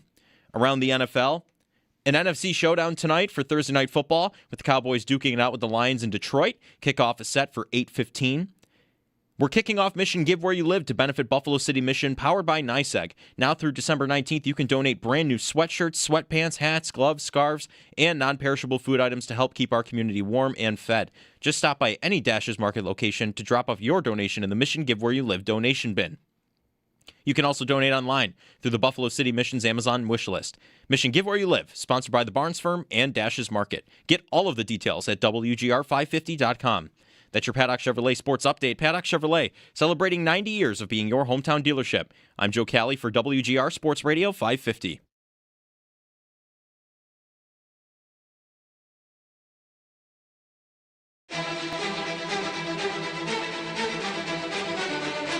It's Jeremy White and Sneaky Joe DiBiase. I've got maybe a record where when I call the game a must-win, they don't win. Like every time. They lose my must-wins. So obviously I should not call this a must-win. Yeah, this all seems logical. That makes sense. However... No. Wait. Mute his mic. Quick. However, they're hearing, hey, people say you can't win the must-win. Must-win. Then why? Must-win. It's got to go. Must win. Right now it's the Flyers working in the Buffalo zone. Sabres get possession, turn it over at the line. Couturier behind the net, pinned there by Timmins. It's out front for Tippett with a shot. Rebound, scores. First save was made, then Tippett was just standing there, and he had another crack at it. And it's exactly what you said would be the worst thing to happen. It's 5-2 Flyers. You're listening to Jeremy and Joe on the home of the Sabres, WGR Sports Radio 550. We're aware of the situation, are looking into it, and will have no further comment at this time regarding the must-win, the record of must-wins. Not disastrous. Not a lot. You need a sound effect ready to just blast off whenever he even starts to say it. Can I tell you something funny? I saw that. So I got a lot of responses. Last night, had people tuning in the game and say, like, I turned it on, see it's 4-1. I'm mad at you. It's your fault. The number of people, I thought last night to say, you know what? Too many people listen to this show. Way too many people. Too many people heard me call it a must-win. Right? That's not the solution. That's not okay. Maybe you're right. Turning off the station. It's too many people are listening. Here's a bit of optimism. You just said before the break, like they're going to get rolled on this road trip. Maybe they've won 2 road games on the season. They play 5 games against Western Conference teams, all coming up. All 5 of those teams are currently not in playoff spots, including Calgary, who's in dead last, Vancouver, who's third to last, Edmonton's down there, Winnipeg's down there, and they don't have Hellebuck, Kraken are down there. Like they don't play good teams. Like they don't play Colorado and Vegas. If they beat Winnipeg and Calgary, that'd be nice. It'd be nice. You better be ready for me on Tuesday to say this must win. And then McDavid will score 5. Maybe. That could happen. All right. I've got something fun for you here. A couple different fun things. Oh, I know what it was. So somebody wrote to me about the must-win thing, which, he said, absolutely absurd. If you say must-win for any game, Bills, Sabres, Bandits, Gunners, referring to Arsenal, I'm betting against you. To which I said, well, the obvious response here. Hold on. Make some money. Let's see. It's like that meme with the 3 dragon heads. Yeah. We've got the Bandits. Back-to-back. I think the Bandits. Champions. Bandits would probably have be able to break through that. Arsenal. Consistent top 4 team and currently in the league, in the Premier League. Okay, good. The Bills. Most wins of any NFL team in the last 5 years. And the Sabres. Oh, which one do you think is going to lose the most? Like, easy. I think the Bandits, or not the Bandits, the Bills and Arsenal might lose games that you would call a must-win. I could see that. Because once they get to a game that's important enough, like they're not winning championships The yet. Bills don't have must-wins. The Bills have must-wins in the playoffs. Those are the only must-wins they have. Did you call a Chiefs playoff game a must-win? Well, a playoff game is actually a real must-win. Yes. But if you call it that, that's how they lose. Okay. Even though, right, playoff game, okay, you get away with it in the playoffs because it's obvious. Yes. Because these games, these games, of course, are ridiculous to call must-wins. The Sabres which is part of the joke. Are 0-7 in games you've called a must-win. Wait, and if they win their next two, they might be in a playoff spot. Now it's exploded to 7? What is the number? It's definitely not 7. Is it 5? It's probably 3. No, I think it's more than 3. It's definitely you called the opener a must-win. Must-win. You called the opener a must-win. Which, by the way, in its core is ridiculous. To call any of these a must-win. There's 60 games left. Well, obviously, it's ridiculous to call them must-wins. Yes. Mathematically, they're not must-wins. This is like when someone calls a game 3 a must-win when the series is tied 1-1. Right, but the difference is this is like vibes-based. They have to win these games for me to believe, and then they just keep losing them. So that's how it goes. Anyway, 803-0550, the phone number, and 1-888-552-550. Do you want to... He's going to call the Patriots game a must-win. No, I'm definitely not. You're not going to call it a must-win? No, right, because good. if you win it... Good, they're going to win. And then the Patriots go on and beat the Jets and the Dolphins, it didn't matter. It's definitely not a must-win. The Bills' next must-win game is in the playoffs.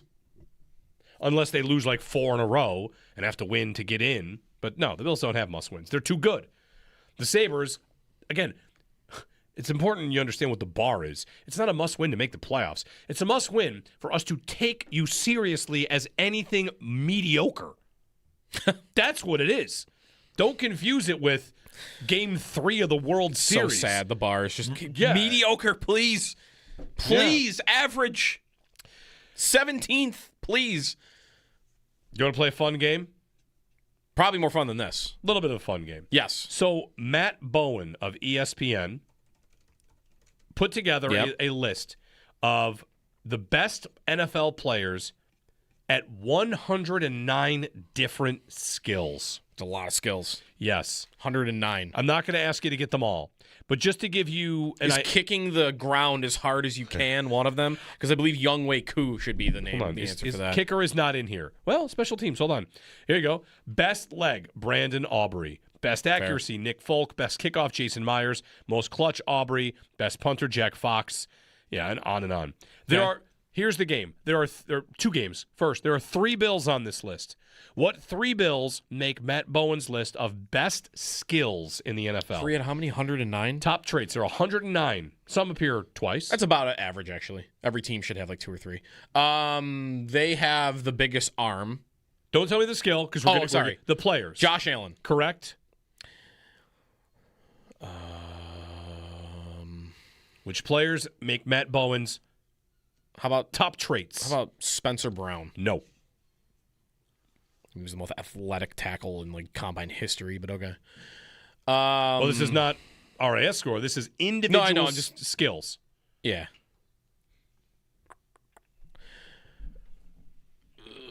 James Cook? James Cook makes this list? Really? Would you like to know what he makes it as? Yeah. James Cook is listed as his most elusive rusher. Lateral speed and vertical burst, cut down defensive pursuit angles on the edges in the open field. Second most rushing yards in the league. 29 carries of 10 or more, ranks third. James Cook is Matt Bowen's most elusive rusher. You agree with that? Yeah. He's great at it. He's the best in the league at making that. What is it? Did he kind of describe making a guy miss in open field? Lateral speed and vertical burst. Yeah, and I think cut down defensive pursuit angles on the edges or in the open field. All yeah. Right. I'll take Bijan, but that's fine. How about one more Bills player makes this list?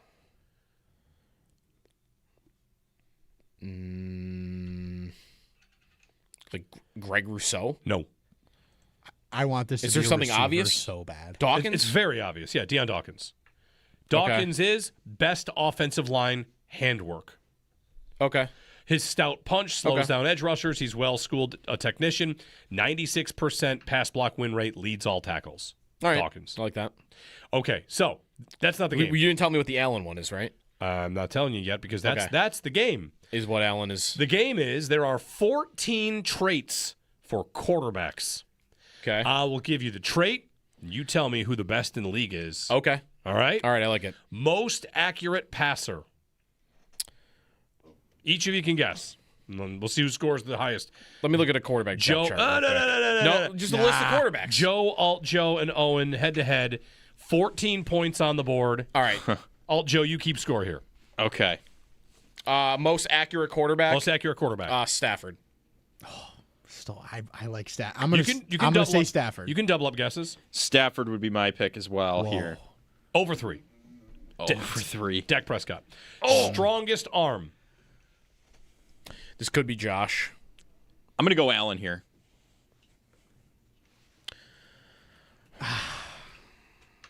I think it's either Allen or Mahomes. I think it's Allen or Baker. It could be Baker. I'll go Allen. Give me Baker. 2 points for the Allen boys. Allen, best deep ball thrower. Drake May. It should be Drake May. He's having like the best deep ball season like we've ever seen. Is this accounting just this year? I mean, I don't know what to tell you. I don't know. These are who are the best deep. Who does Matt Bowen say? I knew when you asked that Jeremy was not going to like that question because I knew it wasn't going to be in there either. Yeah. Dak. Okay. I'm going to go Drake May. He's been firing it down the field all season. 0 for 3, Sam Darnold. Best touch and timing. Sam Darnold. Sam Darnold, his 12 completions on passes of 30 or more yards lead the league. He's completed 70% of those throws. I think May's at like 76, isn't he? I think May's numbers all are 20 yards and more. No, whatever. All right. What was the next one? Best touch and timing. We're going through Matt Bowen's 14 traits for quarterbacks. Who leads the league? Who does he say is the best? Touch and timing, I'll go with Burrow. Yeah, Joey B. It's got to be. Jared Goff. 0 for 3, Drake May. Best passing mechanics. Ooh. Stafford? I like Drake May's mechanics a lot. Could it be Allen with his revamped throwing motion? I might lean towards Allen. Aaron Rodgers. 0 for 3, Burrow. Best pocket mobility. Lamar. Pocket mobility. Pocket mobility. Oh, okay. Pocket mobility. I retract. It's going to be Mahomes. It's right? That's me. I guess. He's been moving around in there all season pretty well, so I'm jumping on that. Mahomes. Yep. 0 for 3. Dak. Oh my God. They're tough. His 80.9 QBR on pocket throws leads the league. Quickest release. Aaron Rodgers. Tua. Aaron Rodgers. Point for Joe. Really? Alt Joe. Best field vision. Patrick Ooh. Mahomes. Best field vision.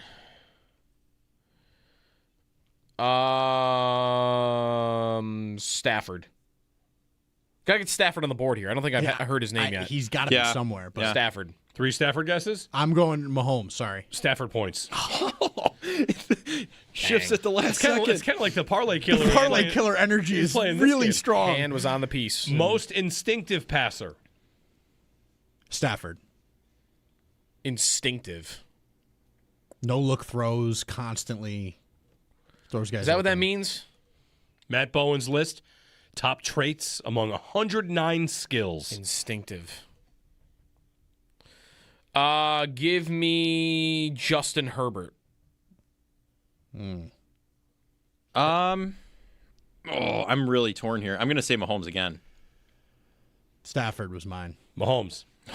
Best decision maker. Best decision maker. That's not going to be Allen. No. May? No. I like turnovers. I'll tell you the about? guy I would put number one on this because I think he's elite at this without being like a check down guy. I think Jaden Daniels is unbelievable. I'm going to say Jaden Daniels. Jordan Love. May. I'm going to go Drake. Matthew Stafford. Doesn't Jordan Love throw jump balls like 5 times Yeah, a game? I don't know why I said that. He's throwing off his back foot. He popped into my head, and I thought, "Oh, he's talented." And then it hasn't been on the list yet. Said the name, and I was not even close. Best pocket poise. That's different than pocket mobility. Yes. Stafford. Yeah, I would say Matt Stafford. Pocket poise. I don't even know what, Jared Goff. Drake May. Most creative passer off platform. Mahomes. Allen. Yeah, I would say Josh. 0 for 3. Is it Stafford? Nope. Drake May? Nope. Baker. Nope. Jordan Love. Nope. Who are we forgetting right now? Most creative. Most creative passer off platform. Bo Nix. Nope. Lamar. Nope. Sam Darnold. Nope. Burrow. Nope. What are we doing? Wait, sorry. What's happening? Wait, we've messed this up. There's something has we happened. messed this up. Caleb Williams. Correct. Yeah. Okay. Caleb Williams. Forgot about him. That was easy. Top dual threat. Lamar. Josh. 2 points for Josh. Owen's out of the 0. Best scrambler. Lamar. Yeah, Lamar. Mahomes. What? That's the list. This season, Delete actually, the that list. might be a little accurate. Patrick this season. Mahomes averages 28 yards per scramble, 28 yards per game on scrambles, and has converted 23 first downs. Both of those numbers lead the league. Cool. I'd like Matt Bowen to look me in the eyes and tell me he'd rather have Mahomes on the run than Lamar Jackson in an open field. That's a Give tough me a sell. break. That's tough. Maybe Josh. because Lamar runs so many designed runs, he doesn't get as much credit for scrambling. I thought he's but not like, scrambling this year. Thought he's hurt. Well, he's been scrambling the last 2 weeks. Doesn't mean Mahomes a better scrambler. Do you want to have some fun with any other position here? How'd you like the game? I liked the game. Want to do it? I mean, we should do receiver. Yeah, I I was think. just gonna Was say. that out of That's the 14 obvious. points? Yeah. All right. How many Bills receivers show up on the I list? hit 5. Joe, you had 2. Owen had 1. All right. Congratulations. Receivers, there's 1, 2, 3, 4, 5, 6, 7, 8, 9, 10, 11, 12, 13, 14, 15, 16, 17, 18, 19, 20, 21. 21 traits. Matt Bowen is obsessed with wide receiver. I know. It includes tight ends. Think of them like receivers. Oh, it's Okay. We'll just I'll just buzz through them. okay. Okay. Best route runner is Justin Jefferson. Okay. Fastest pass catcher. That's just how fast you are. Shaheed. Okay. Most explosive pass catcher, George Pickens. Most physical, Puka. Most sudden pass catcher / change of direction, Zay Flowers. Most elusive pass catcher, Amon-Ra St. Brown. Best hands, JSN. Coverage awareness, Kelsey. Best at getting open, JSN. Best on 50-50, Pickens. Seam stretcher, Bowers. Body control and ball tracking, Drake London. Toe tapper, Chase. After the catch, Chase. Playing through contact, A.J. Brown. Versatile pass catcher, McBride. Red zone target, this one's easy. Devontae Adams. Yep. All his touchdowns were from inside the 5. Ball security, Devontae Adams. Blocker at receiver, Tyrell Shavers. Amon-Ra St. Brown. Best blocking tight end is Kittle. Best deep ball pass catcher. This is a good one. You could get this. Who's the best deep ball pass catcher in the NFL? You might say JSN. It's not. But there's a guy that's gettable. Real true receiver sickos know this guy can play. Keyshawn Booty. No, but that's also yes, that is true. That's where my mind was at. Receiver sickos. He'd be a nice piece on this Bills offense. He'd be a really nice piece. Like instead of Brandon Cooks, all due respect to Brandon Cooks, who we'll see if that works out. But he would go in the Brandon Cooks role right away. Best deep ball pass catcher. Averaging 20.9 yards per catch. Whoa. A catch of 25 or more in 8 of 10 games. True vertical target, stretches the field. Oh, my gosh. Quentin Johnston. Egbuka? No. Runs too many. He's a vertical. He's a vertical specialist. I don't. Nobody's popping into my mind for this one. Alec Pierce. Yes. Okay, right. He is awesome at that. Yep. So there you go. I have him in a bunch of fantasy places. No Bills? No Bills on the receiver. Really? Yeah. Who comes the closest? So surprised. Who comes the closest on any of those? Shakir, yards after catch. Yeah. Right? Yeah, We're that's going true. best trait, single trait of any Bills receiver, it's Shakir yards after catch. Definitely. Yeah. My favorite of those. Or Kincaid. Like Kincaid would rank highly on a couple of those like zone awareness and stuff. Like Yeah. Kincaid's really good at finding his spots. Yeah. but Shakir yards after catch. Yeah, So, I agree with that. Yeah, that adds up. My favorite of those was just best at getting open being thrown in there. Like, that's not just like being almost probably the best receiver. It's kind of like and all it's the just- other traits put together. Right. Like, That's the job description. yeah. JSN. All right. He's nice. He is very good. He's very good. 803-0550, our phone number. We'll get you the fantastic four-way parlay for tonight's Cowboys and Lions game. You remember the last time these two teams played?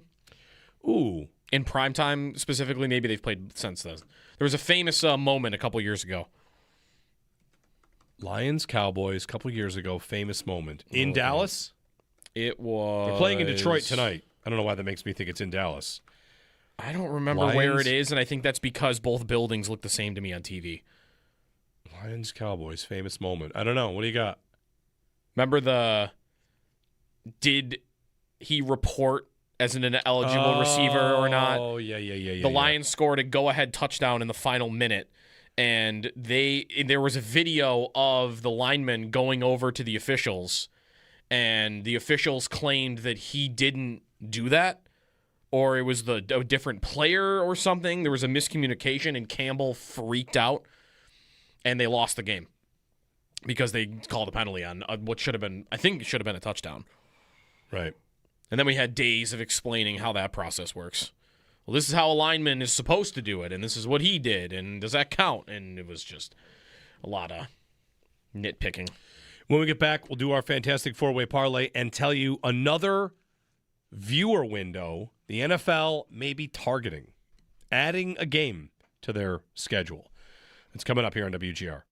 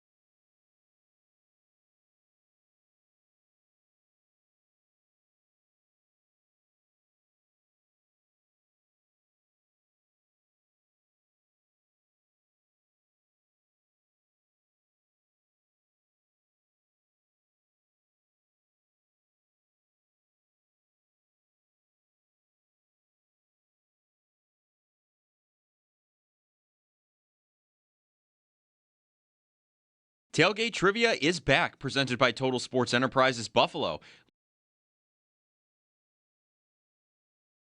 So they had Tage mic'd up, and he said basically a couple of bad bounces. Couple bad bounces after that third goal from the Flyers that went off his back, and then they get that chance. Yeah,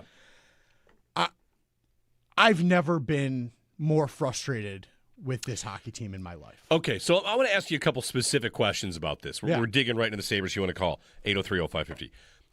Bad bounce. Are you mad he said that because he didn't chase after it? Yes. Okay, because what I would think is, as a hockey player, you have to, even at the highest level, you have to square with the idea that the puck is dumb and bad bounces can crush your season, your game, your dreams. Like, oh, cool, went off a dude's butt and we lost. Right. And you have to be like, what are you supposed to do about that? But I guess the thing you're supposed to do about that is like back check if it happens. Right. Cover exactly. up for it. What you're supposed to do about that when you get bad luck or when things get hard is try. You're supposed to try. Right? That's what we all do at work. We try. Speak for yourself. Sometimes. Not assume that the play is over. Yeah. A bad bounce means nothing when you don't do anything to neutralize it. When you put no effort forth to get back and change something about the result. And that, in the moment on the bench, is one thing, right? He says it on the bench. I can understand if you're in a game and you're thinking, I gotta, we've got to get past this. I'm going to just say it's a bad bounce so that we can not get down on ourselves. What I came in this morning and read is that he said the same thing post-game. Mm-hmm. Post-game, after you get embarrassed, after you put that performance on the ice, and you go back to bad bounce. Yeah. A bounce? You had 2 chances to stop that play yourself, and you want to say it's a bounce. This is emblematic of everything that is wrong with this team right now. Nobody wants to take accountability. Their best player on forward can't even understand that he's got to put a hand up and say, yeah, I coasted for 20 feet watching him get a rebound chance. You think a bad bounce is why that goal went in? No, it's because you can't skate. What are we doing? There is nothing more frustrating than a team that cannot figure out their own issue.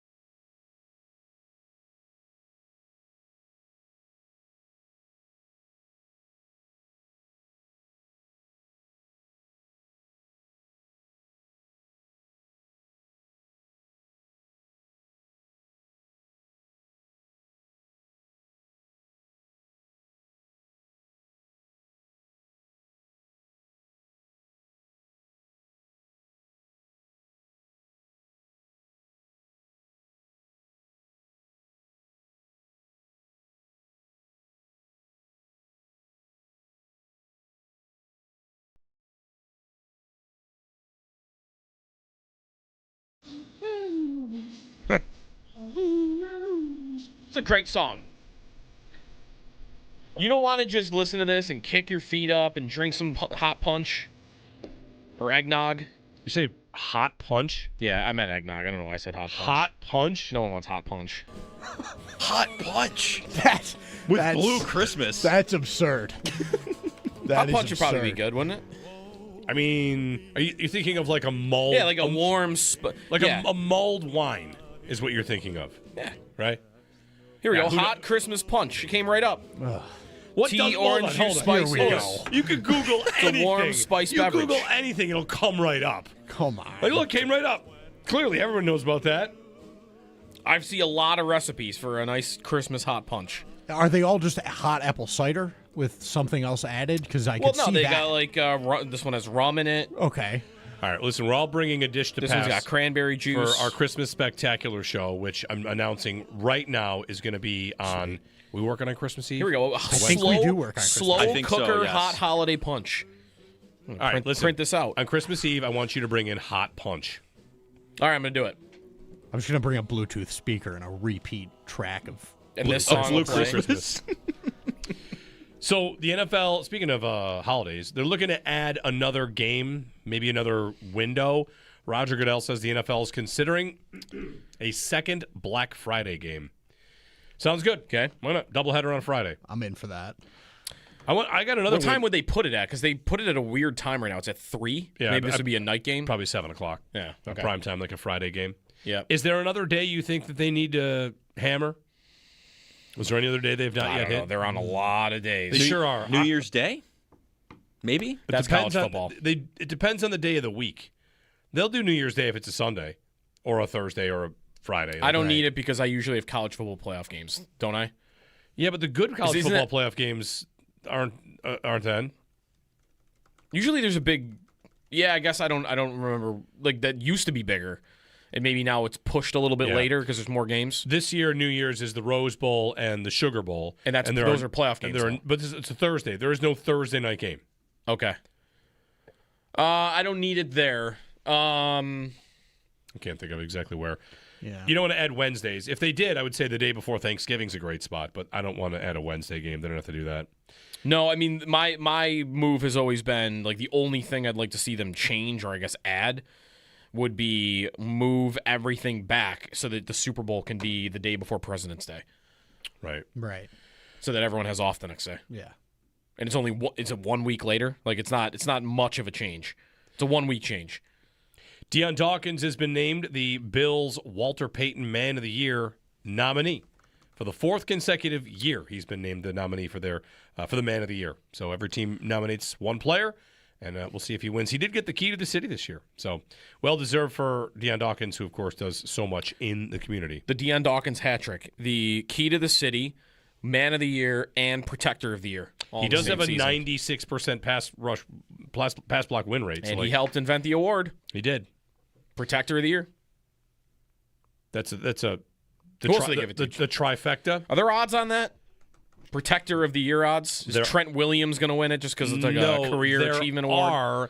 And I want to say the favorite is... Here we go. I got odds. It's not Quentin Nelson, is it? These are as of November 20. Okay. Yeah, that's fine. Penny Sewell and Lane Johnson are the two favorites. Okay. Then Trent Williams. Then this must have been before Joe Alt got hurt.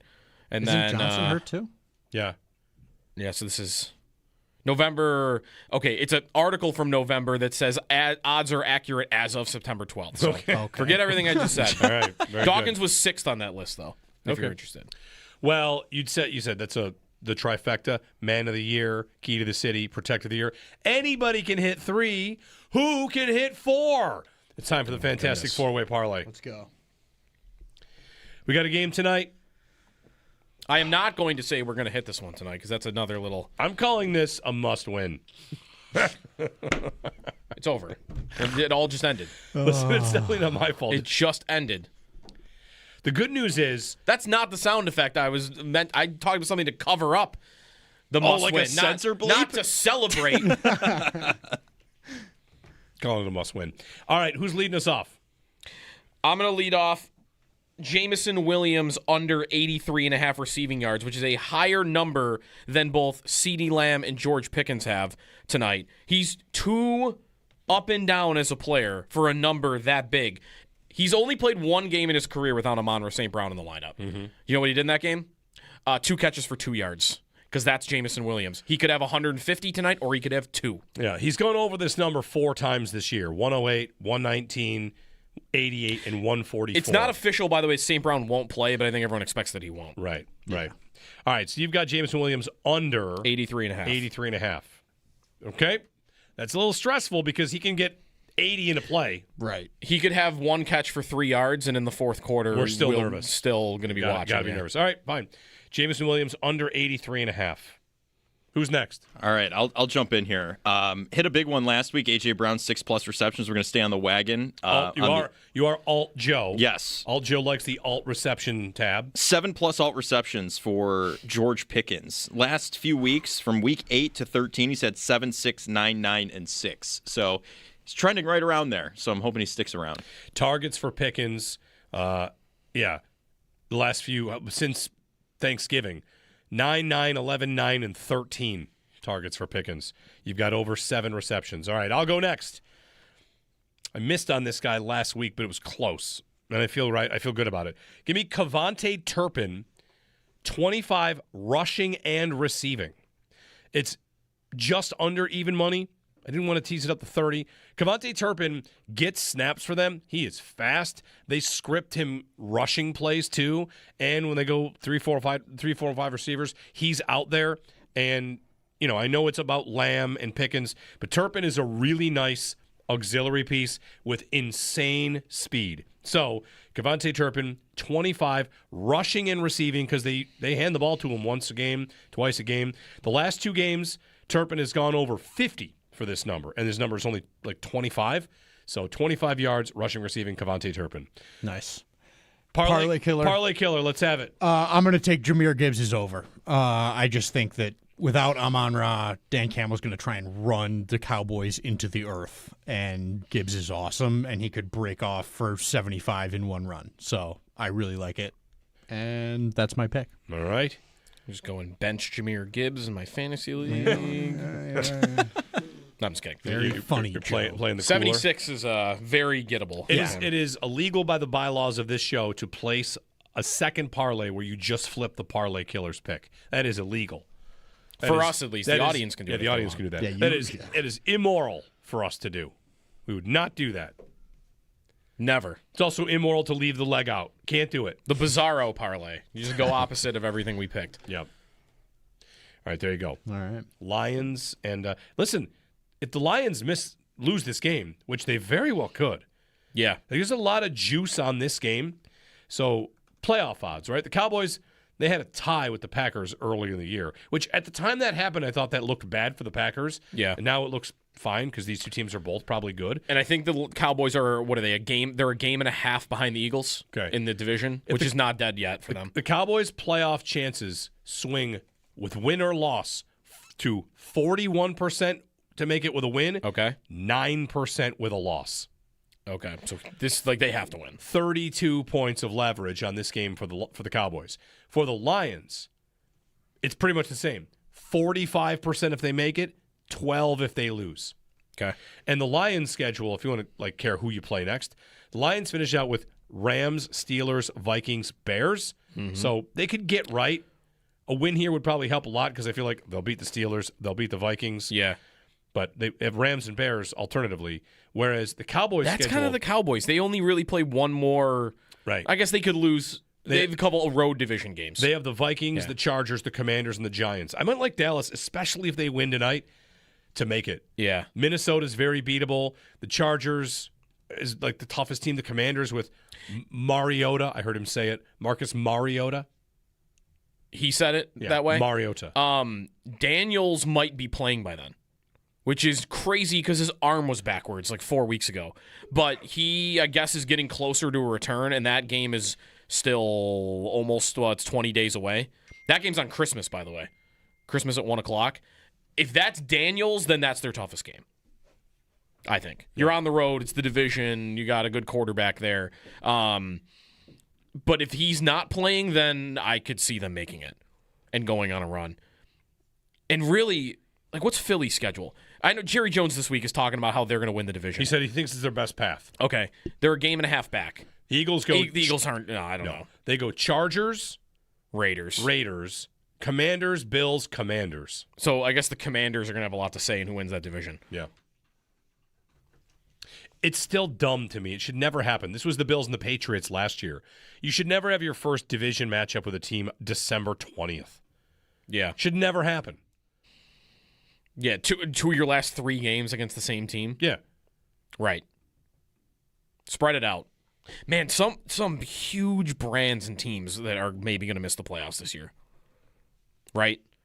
You could have the Ravens, Chiefs, Bengals, Cowboys, Lions all going to miss the playoffs. That is very real possibility.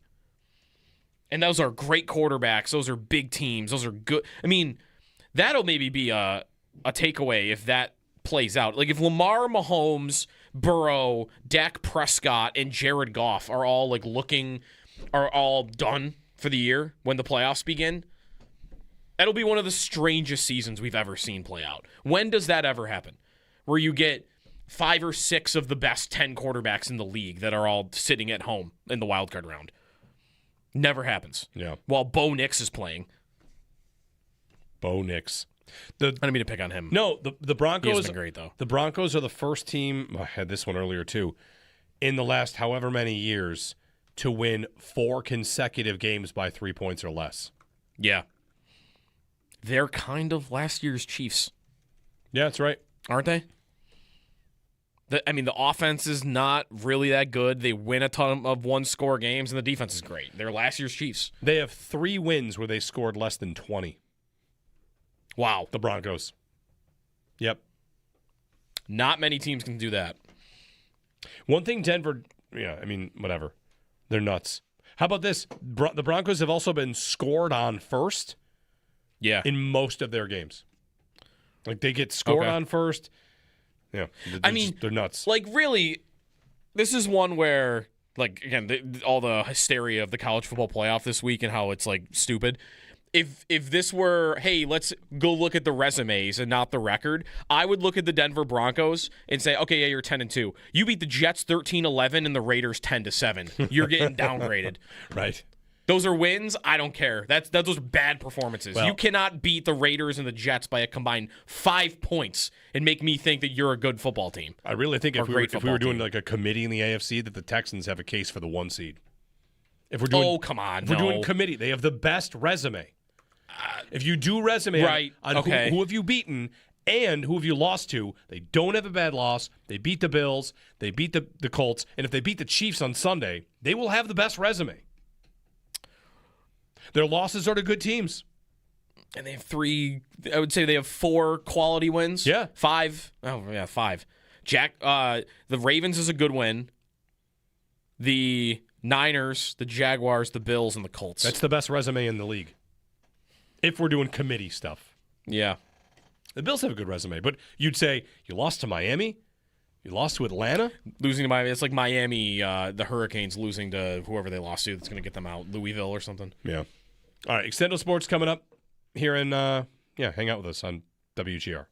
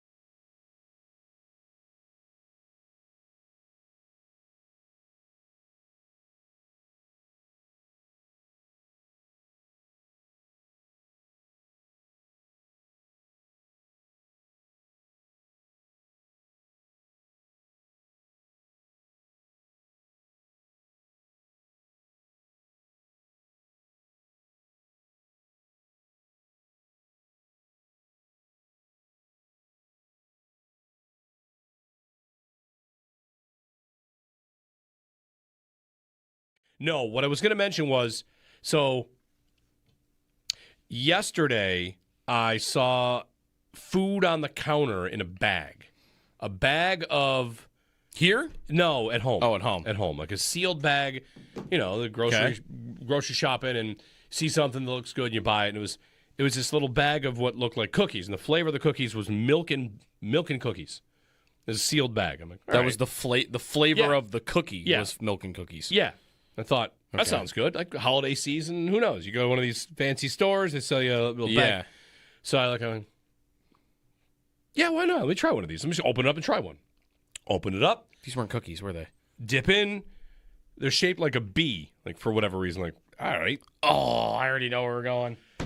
Pop that thing in, take a couple bites. That doesn't taste like much. You ate a dog treat. I ate a dog treat. You ate a dog. You bought and ate dog treats. Not only did he eat a dog treat, I didn't bought them because they look good. I didn't buy them. You didn't buy them? No, my wife would have bought them, and they're like in the order, and I ate this dog biscuit.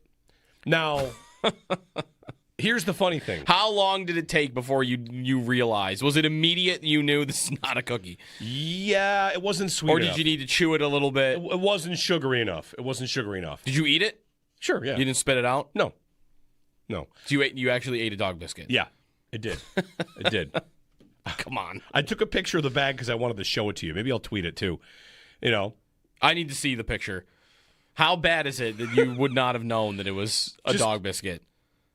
Like, look down the screen here. How far down is natural? I already know this is 100%. This is a dog treat. I mean, they're pretty far. It says natural dog treats. How would you have ever down. thought that this was a human cookie? You see the bee in the inside. There's no cookies that are shaped like bee? that. All right. Well, or in that color. If you want me to really blow your mind, that's unbelievable. It is a little bit nuts. All right, it's a weak moment. Fine.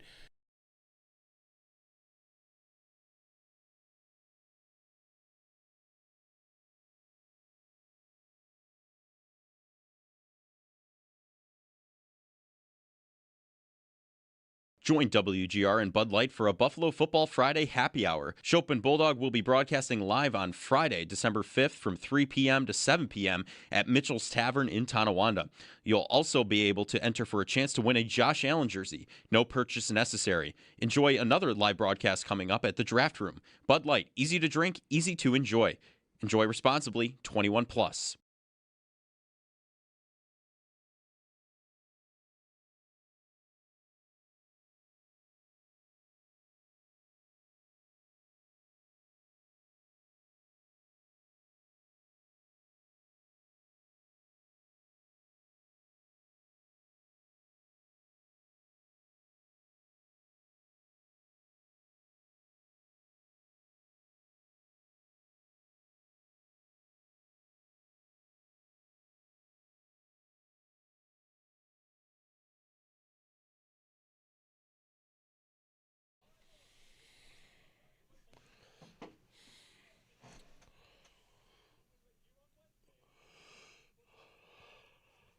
Four for four picking the Texans. Look at this.